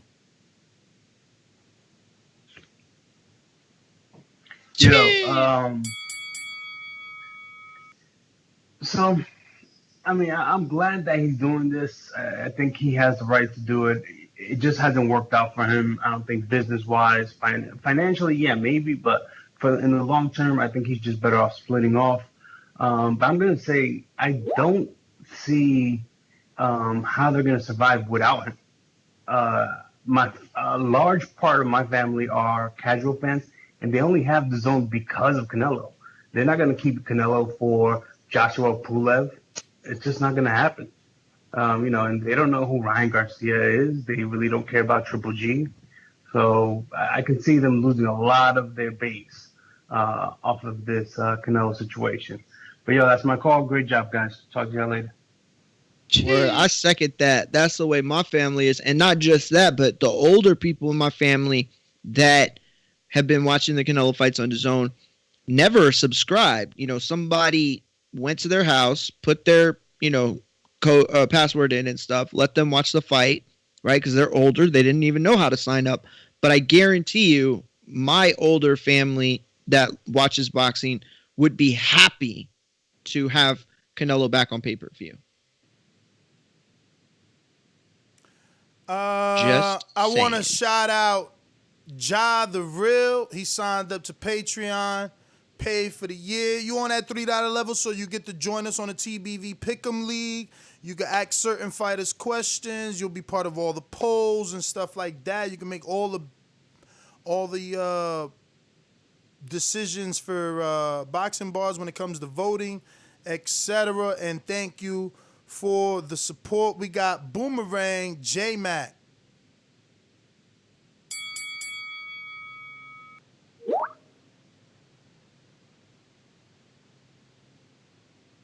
No, okay. Yo, give my boomerang to Steve. I'm working. Steve. Steve. Yeah, I'm here. You hear me? Yep. I'm glad you enjoyed dragging me through the mud again. Here Look, you I go. never I'm said I not didn't like it. dragging you. Let me finish. I'm the one that used to tell you I have it. Why would I match it? It's just I'm being factual about it. It's not working. People aren't accepting it. I told you that in my first call, and you agree with me. Now you drag me through the mud just because I made a comment. All I said to you was, how come they didn't create a bubble? And then I get your point. But why? But why would they? I'm not wishing no failure on them. But it's just what's happening. And it's like I told you in the first call, it's just not working. Like, you don't get that? You're gonna argue that? You think it's working? I'm arguing. It's not. I'm arguing that your energy should be get Skipper out of there, get Oscar out of there. Eddie's doing a bad job. They need a new dude to run the boxing program. Not that the zone doesn't work. I'm happy. No, as a boxing fan, I want all my boxing on an app. I watch it on the go. I want to be in a hotel room and able to watch. I want to be in an elevator and able to watch. I don't want to miss it. That's me. I'm not a every other sport fan, so I want it whenever I want it on demand, and that's how it comes on DAZN.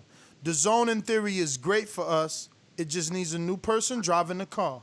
There's nothing wrong with that. I'm with you, but if you take a poll, general consensus, it's not. I agree with you, but it's not what? It's not working. Because people aren't. Because of the person driving the car. That's it. We need a new person in charge of the boxing program. There's nothing wrong with that. We don't need the zone to go away. They still can be the Netflix of boxing. Maybe Dana. You know, he's always talking. Let's see. He's got the UFC model. Let's see what he can do. Maybe Al. You know, I don't want to be the PBC fanboy, but you know, maybe Al. What? How many years has Al got left on Fox? Right? Isn't it every year, or was it a 5-year? Look, you can't argue that. The point is, he would be better off on some network than an app. You can't debate that. He Canelo, but I'm not worried about Canelo and his paycheck. Or the pay-per-view numbers that he could do. I'm worried about not paying for pay-per-view. So for me, Canelo could stay on DAZN and fight Andre for $10, Billy Joe for $10, Callum Smith for $10, make Charlo an offer to come over for $10. I don't know what you're talking about. You're never going to get me to agree with you. It's cheaper over there. I like the cheap route. $10 for those fights, I'm good. Canelo becomes a free agent, and you know what's going to happen? We're going to pay for Callum Smith and Billy Joe and Keller Plant. It'll be on pay-per-view. You think Keller Plant, you think if Canelo goes to PBC, Keller Plant ain't going to be pay-per-view with Canelo? Come on, man. We're not dumb. We're not dumb. I'm worried about my pockets. I ain't worried about Canelo pockets. Do I get on here and talk about other people's pockets, you know, as part of the debate? Hell yeah. But when we including ourselves in the debate and what I got to pay monthly, chill, champ. I don't want to pay monthly for Showtime, plus my cable provider to get Fox, plus the pay-per-view for Earl, then a pay-per-view for Javante on Showtime. No, I don't want to do that. I don't want to do that. Put all them shits on DAZN. I'll be happy. Ken Stone says, DAZN needs Jim Lampley, Brian Kenny, gotta go ASAP. Basil Lomachenko says, no matter who you put in charge at DAZN, it won't work. They're done spending money with no ROI. I don't know about all that, man. I don't know about all that. Everybody, there's people that go to companies and automatically turn a profit and can show increase in profit. You just need someone with experience driving a car. What if they gave Lou DiBella that job? Don't forget that Lou DiBella was running HBO. He didn't run it into the ground. He was running it. He did so well, he became his own promoter. Remember that. They could offer Lou that job. There's executives out there. Espinoza was a lawyer before he became a Showtime executive at in the sports department. Now, did he do other things as being a lawyer? Yeah, he was a Golden Boy. He was a lawyer to Golden Boy, so he was involved in the business. But, like we talking about finding someone with experience that can try and drive the DAZN car a little bit better, navigate it through these muddy waters. I don't want to see them go under. Shout out to Redman. Shout out to NO. Who we going to? But before you do, Ken Stone says a boxing video game is the best for name recognition. And as a way to keep the younger generation in tune with the sport. If you can pick Mike Tyson, that game could influence you to become the next Mike Tyson. I know that's far-fetched, but it's an avenue in all streets and avenues, valleys and peaks should be looked into. Man, you really preaching out here. Yeah, you know it. Boxing expert says the only thing Floyd is teaching is beating up on women. His only wannabe star, Stanky David, be choking females. Canelo still the pay-per-view star. Hashtag King Nello. Damn, boxing experts just showed that he is a super Canelo fan. Boxing expert back with another one. Whoa! And boxing expert says, whoa. Told ya, Steve is the old CYP. Emotional, all caps. That's why I yell, Steve. All right. And the next was coming in from Ken Stone. Says the zone needs Jim Lampley. Brian Kenny got to go ASAP. Said that. The next one is Scat Rants that we haven't said. Say what? So you said Basil Lomachenko's too? Yep. Whoa. Next one's from Scants Rants. Exactly, Ness. That's why I said Lou DiBella. And then Basil Lomachenko comes back with another one and says, which fighters can Lou bring to the zone to make it successful when he's blackballed by Heyman? True. Well, he don't need to go because he got the new platform coming up. Yo, but again, if Lou was an exec and not a promoter, why would he have a problem with Heyman? Because he'll be getting fights for Heyman's fighters. You get it? Possible fights. It's different. You're a promoter, you're a rival. You're an exec, you're a friend. We got Eno in the Eno. What up? Ladies and gentlemen, I'd like to introduce to you a young fella, and he comes from the Magnolia. Okay, just listening to Eno. That means Idris or JT, what up? You available? You up to date? Nope, that's a no-go. Idris, on you. Yo, what's up? What up, Idris? The zone, man. I hope this ain't the downfall, man. Yo, who's supposed to get the zone over here in May, man, and then the coronavirus and shit. That's gonna take the piss if they don't, I was enjoying. And you rather pay 10 pounds than 20 pounds and 25 pounds, right? Listen, with everything you get, I know, you know what I'm trying to say, if they give us the same level of cards that they're doing in America, because remember, they were doing like 3 title fights and shit on every card and stuff, man. Yeah, guys like, world champions, like not even undercard, like not even co-main event, because it was so stacked up. So that's shit like that, man. Let me touch on the boxing game thing, man. You made a strong point. It gives super recognition, man. Back in the day, we used to bang out, me and my brother used to bang out Fight Night Round 3, right? I remember I was a boxing fan. When Calzaghe and Bernard Hopkins fought, this guy couldn't wait just because he used to pick Bernard. He never watched boxing, but he just picked Bernard Hopkins every time on Fight Night Round 3. He just wanted to watch it because of that. You know what I'm trying to say? So it gives it an exposure that they don't even understand. Like, it's major exposure. Absolutely. Super chat. Boxing expert. He says Gordo is gonna make Loma see the back of the eyes. LOL. And then we got a Cash App at $SGTO from Sony, the commissioner, who says, I repeat, is Mario versus Cash Weezy confirmed and Doomy versus Roughhouse confirmed? I know, Walking Mario. on the razor's edge. Mario, you already activating your rematch? You already know I'm taking my rematch. So he's back main event with champion Enrique. Doomy, what you doing? You dropping a song this year? Nah, man, I gotta stay active, man. I gotta stay active. So I'm gonna. Well, I just got an idea. What if I agree to step aside, battle Roughhouse? Oh, y'all two have the title fight, and we do like a mini tournament. Oh, I'm with it. Of course you want a title shot. Tell him, Doom. Damn, Mario said he needs more time to get ready for Cash. No. I'm just looking out for my homie. Listen, he's a stable fight. I like Roughhouse. I think he's super talented. But I think that's a dangerous ass fight. You want to be the first one to beat him because he on like a 3 or 4 fight win streak. What's his I'm record not gonna lie, right now? that sounds nice. Everybody, he has beat like a few people. Young gun. He has beat a few people, but don't let Sony push y'all into nothing. Remember, this is Sony trying to make these fights. Roughhouse told me he wanted natural Wiz.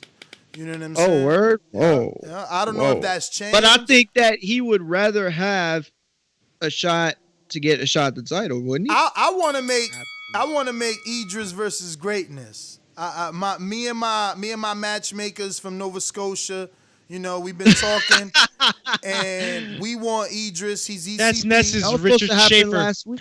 We have Idris. He's ECP. And, you know, he's ready to get back in the mix ever since that Andy Ruiz AJ fight and loss. He's ready to get back in there. And I think greatness, you know, who needs to be seeking greatness right now, because pretty much everybody on ECP done pummeled them. You know what I mean? He need to get some wins.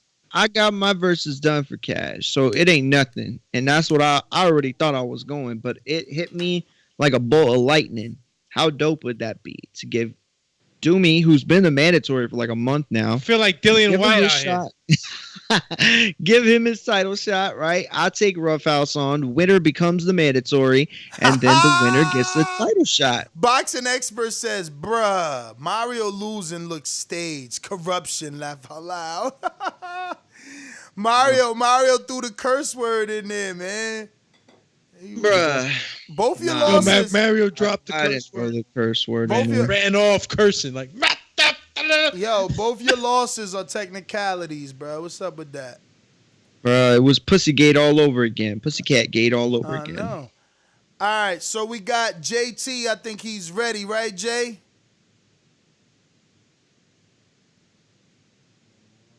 JT. No ready? No ready? Ready, JT. He ain't ready. All right, there he goes. BoxingWins.com. Oh, that ain't you. What's going on? So interesting because you come across like a nice guy, but you're really a piece of shit. Hey, with that comment. No, that was a piece of fuck you. That was a piece of shit. You know, we're doing live TV. Man, I don't care. What you gonna do about it? I'll kill this mother. Why do you have to talk like that? Well, I'm talking to you the way I want to talk to you. You have a problem? Turn off your station. I'm the best ever. Yeah, what's up, yo? Hey, what up? Myra took another loss? Yeah, he lost to Kaz. He cursed again. He lost to Cash? Oh, yeah. Damn. Damn. I said, oh, damn. Yeah, that's bad right there, Mario. I mean, Cash. Yo, Kaz like on a 6-fight win streak, though, Chan. He ranked number 2 or 3 already. I don't know. Maybe it's the shirts. It must be the shirts he's giving away because I haven't caught on to him yet. Nah, but hey, y'all talking about Canelo, right? I mean, yeah, the lawsuit. The lawsuit. Oh, Canelo suing somebody? He's suing DAZN and Golden Boy and Oscar all separately. Yeah, I've been trying to tell you, man. Canelo beefing with Oscar because he's not taking them fights that Oscar want him to fight. Oscar wanted to fight the Charlos and all that. That's what Oscar used to do, so he tried to do the same thing with Canelo, and Canelo won't move a little different, Ness. So, I mean, I can see why he beefing with Oscar. That's why. Strictly his opinion. The contract states, or rather, the lawsuit states that Canelo was willing to fight all those names, but they wanted him to take certain pay deductions, or certain of those names just wasn't premiered to DAZN. So Canelo, you know, he's gonna have to get out of this and see what happens from there. I just hope it's not a Mikey Garcia situation. I doubt it. Where you out for 2 years, but I think Scance Ranch, did you guys get to him? You got to him. Ooh, Lou DiBella's job would be to buy the best fights possible for DAZN, not to have a monopoly on their platform with his fighters. Exactly. And he has experience from working with HBO. I said that exactly. Oh, We got Juan in the BX. What up, E? You available?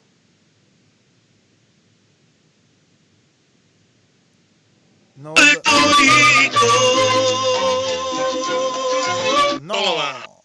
No available. All good. All good. Nueta. All good. All good. All good. We went to Joe today, right? We did. We did go to info. Go Joe. All right, that's it, gentlemen. It's been another long one. Yo, we've been giving y'all 4-hour morning shows on the reg now, like 3 hours and a half. Thursdays become the new everyday, huh? You guys are Call spoiled. me, no breakfast, no lunch. They spoiled. Duketron. Dog, you need some fasting, all right? Tough love again. Shout out to Coach Myers on the did super at 9. chat. Yo, Coach Myers on the super chat says, Ness, what's up with your fighter Mario? Talking about step aside money. Shaking my head. Doomy is hungry. Mario might not get another shot at the title. Oof. Nah, he got a contract. You know what I mean? If he got if we're gonna step aside, I'm gonna make sure that my fighter, his rematch clause gets honored by the winner of, Doomy and Enrique. Obviously, I got to talk with the champion Enrique, because he's gonna wanna maybe. There's not much he can do. Again, this is Mario's AJ clause, so it's like Bro.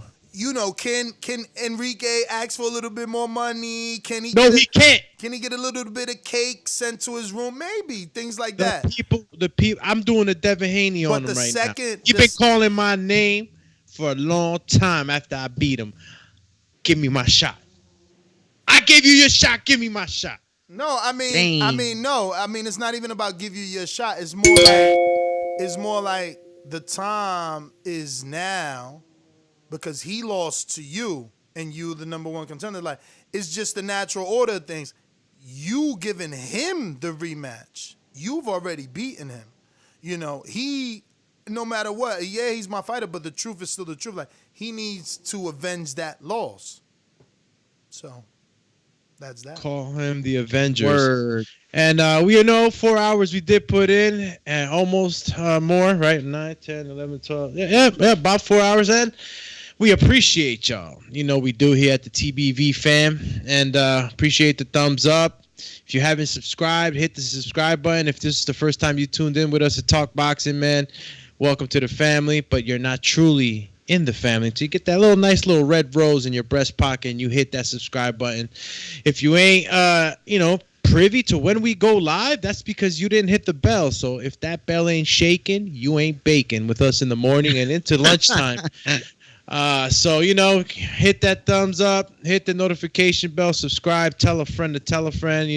We've been reposting. You guys have been reposting us. We appreciate that. This is how we grow our community. For those that have been in this community for years, know how much of good this is brought to many of our lives, including my own.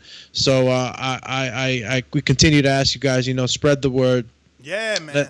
Everybody that's sharing it on Instagram, shout out to you guys for coming to that call of action that we put out there, asking you guys to help us out. Shout out to Stainless being consistent. Coach Myers, Oscar. If I missed anyone else that's consistent, you ain't consistent enough. Make your name known in my brain. Shout out to my man Omar Juarez, just shared this show. That's what I'm talking about. Let me go ahead and repost you, Champy. You the man. I see Doomy. I see you doing your thing, too. Okay. Oh, wait a minute. Roughhouse slipped in. What you mean slipped into what? He's on this super chat. He says, Mario, 6 periods. Let's get it. I'm trying to sit on top of Mount Olympus. All hail Silverback. All hail ECP. Word. All right, Roughhouse. I see you. Yo, let's go Silverback. You feel me? And that's what you talk. That's what you talk about right there. Loyalty, man. You know, there's a lot of slander on ECP, and Roughhouse had a rough start, and then the Silverback Gorilla came out, and look where he's at the top. Never did he blame anything on ECP. None of his shortcomings he blamed on ECP. He just kept fighting.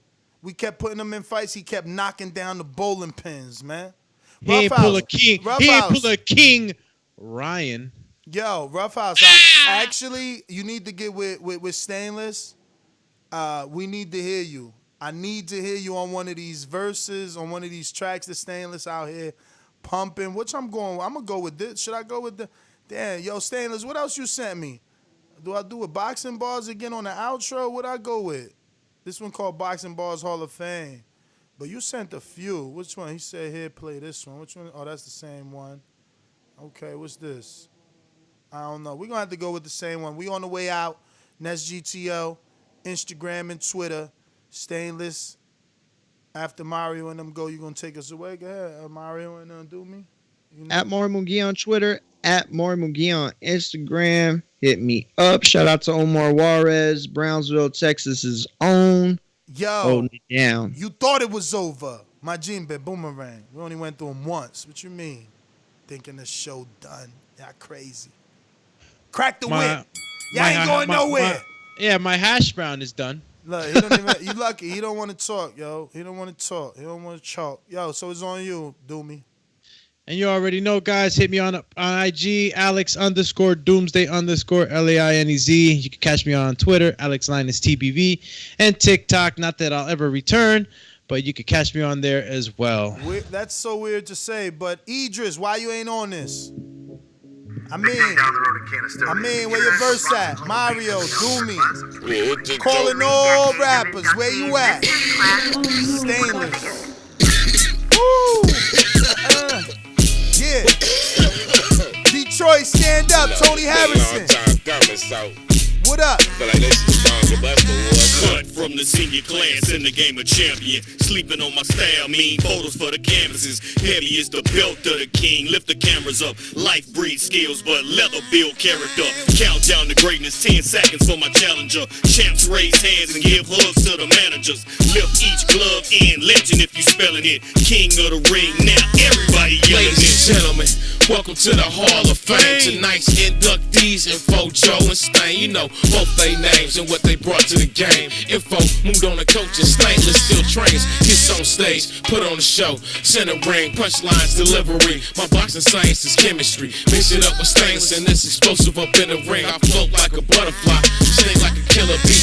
Hit like a ton of bricks, turn you to human centipedes. Acclaim for my square circle skills. Fit in the streets, Mike Tyson, Willie Green. I don't like it, he deleted. You don't like it, come and see me. Gotta see it to believe it. Seeing it make you believe I'm legendary for a reason. Everybody got a plan until they see the hand that's swinging. Yeah, you the man, I'm the man who done ran the kingdom. World champion, that's why I'm up here making speakers. Cut from the senior class in the game of champion. Sleeping on my style, mean photos for the canvases. Heavy is the belt of the king. Lift the cameras up. Life breeds skills, but leather build character. Countdown to greatness, 10 seconds for my challenger. Champs raise hands and give hugs to the managers. Lift each glove in, legend. Yo, get with Stainless, man. Get with Stainless. Get on that.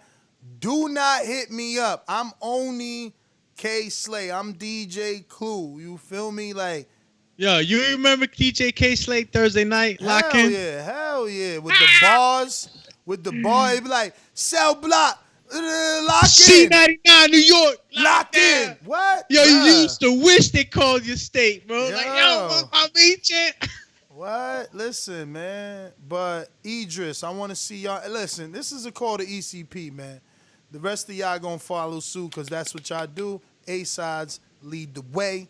Mario, you ducking his word. Yesterday he said he had it done on GarageBand, blah, blah, blah. Today's a new day. What's up? Nah, I said that I'm working on it with GarageBand. Oh, I'm out, yo. We done. We done. Bro, every time he throw down the fire. I can't even hate on Mario no more. This motherfucker be coming through with some. Just don't put no curse word on the doodling. Yo, you might say, yo, you could actually, I guess you could slip 1 or 2 curse words in this because this a mixtape. I mean, it ain't. Oh no, I got parental a lot of advisory. curses in it. Whoa. Why? I mean, not like it's not. Yo, Why? he said I went raised It's not like yeah, Why, no, though? it's not Why? like that. But Why though? Why is it I mean, be like that? it's not like I have a lot. I'm just saying like I curse on it because it's not like a title and it's not like boxing bars. Wow. I haven't. Shout out East Boston Boxing. Okay, East Boston. Yo, if you got any prospects that you think gonna make it to the world level, bro, if you gotta let us know. We trying to put them out there, you know. Shout out to Coach Rivera that shared us. You know, that's what's up, man. This is how we gonna get out there and get bigger. You know, get these bigger interviews, man. Tomorrow we got a fantastic show lined up in the 154-pound division. Don't forget to join us tomorrow at 7 o'clock Eastern time for our evening show where we have Erickson Lubin and Terrell Gachet in our virtual face-off. And, also in the morning show at 9 a.m., morning show sometime around 9:30 or maybe 10. I'm not sure. I got to check the schedule. But we will be having Melissa Odessa, who is turning pro, Sign of Havoc advisory with Andre Rozier over there. And I believe she's going to be in that 135. We had conducted an interview with her in the gym not too long ago. And, yeah, that changed. She was going to be lower in the Estrada division, but she was going based off the Olympic weight, so she didn't know. And technically, somehow, she's going to be higher. But we'll find out all the details anyway tomorrow. DBX, you know, I want Untitled at 7. Me and Enrique both available. Is on these dudes, Mr. Cool Shades over there and Spit in a Can. Can they make it? Yo, I actually have a really good Untitled topic. Yeah, well, I hope you join us at 7 p.m. You've been MIA for days. Yo, shout out to Untitled where I'm gonna get to tell you. I'm just gonna I'm gonna be like a Snapple factory. How about you be a Snapple fact and answer my text? This dude ducks every day. Yo, I'm out of here, man. I gotta go. Peace. Ness's way of just saying, yo, it's all their fault, not really mine. I mean, I'm available. I'm available. Steve hits me up like, yo, I don't see no Untitled and got answered back. Like, they can't hit y'all. I'm available. Where you at? We availed. Where you at? I'm available. 7 p.m. Let's see. Bye. I'm availed to no avail. 7 p.m. Bye.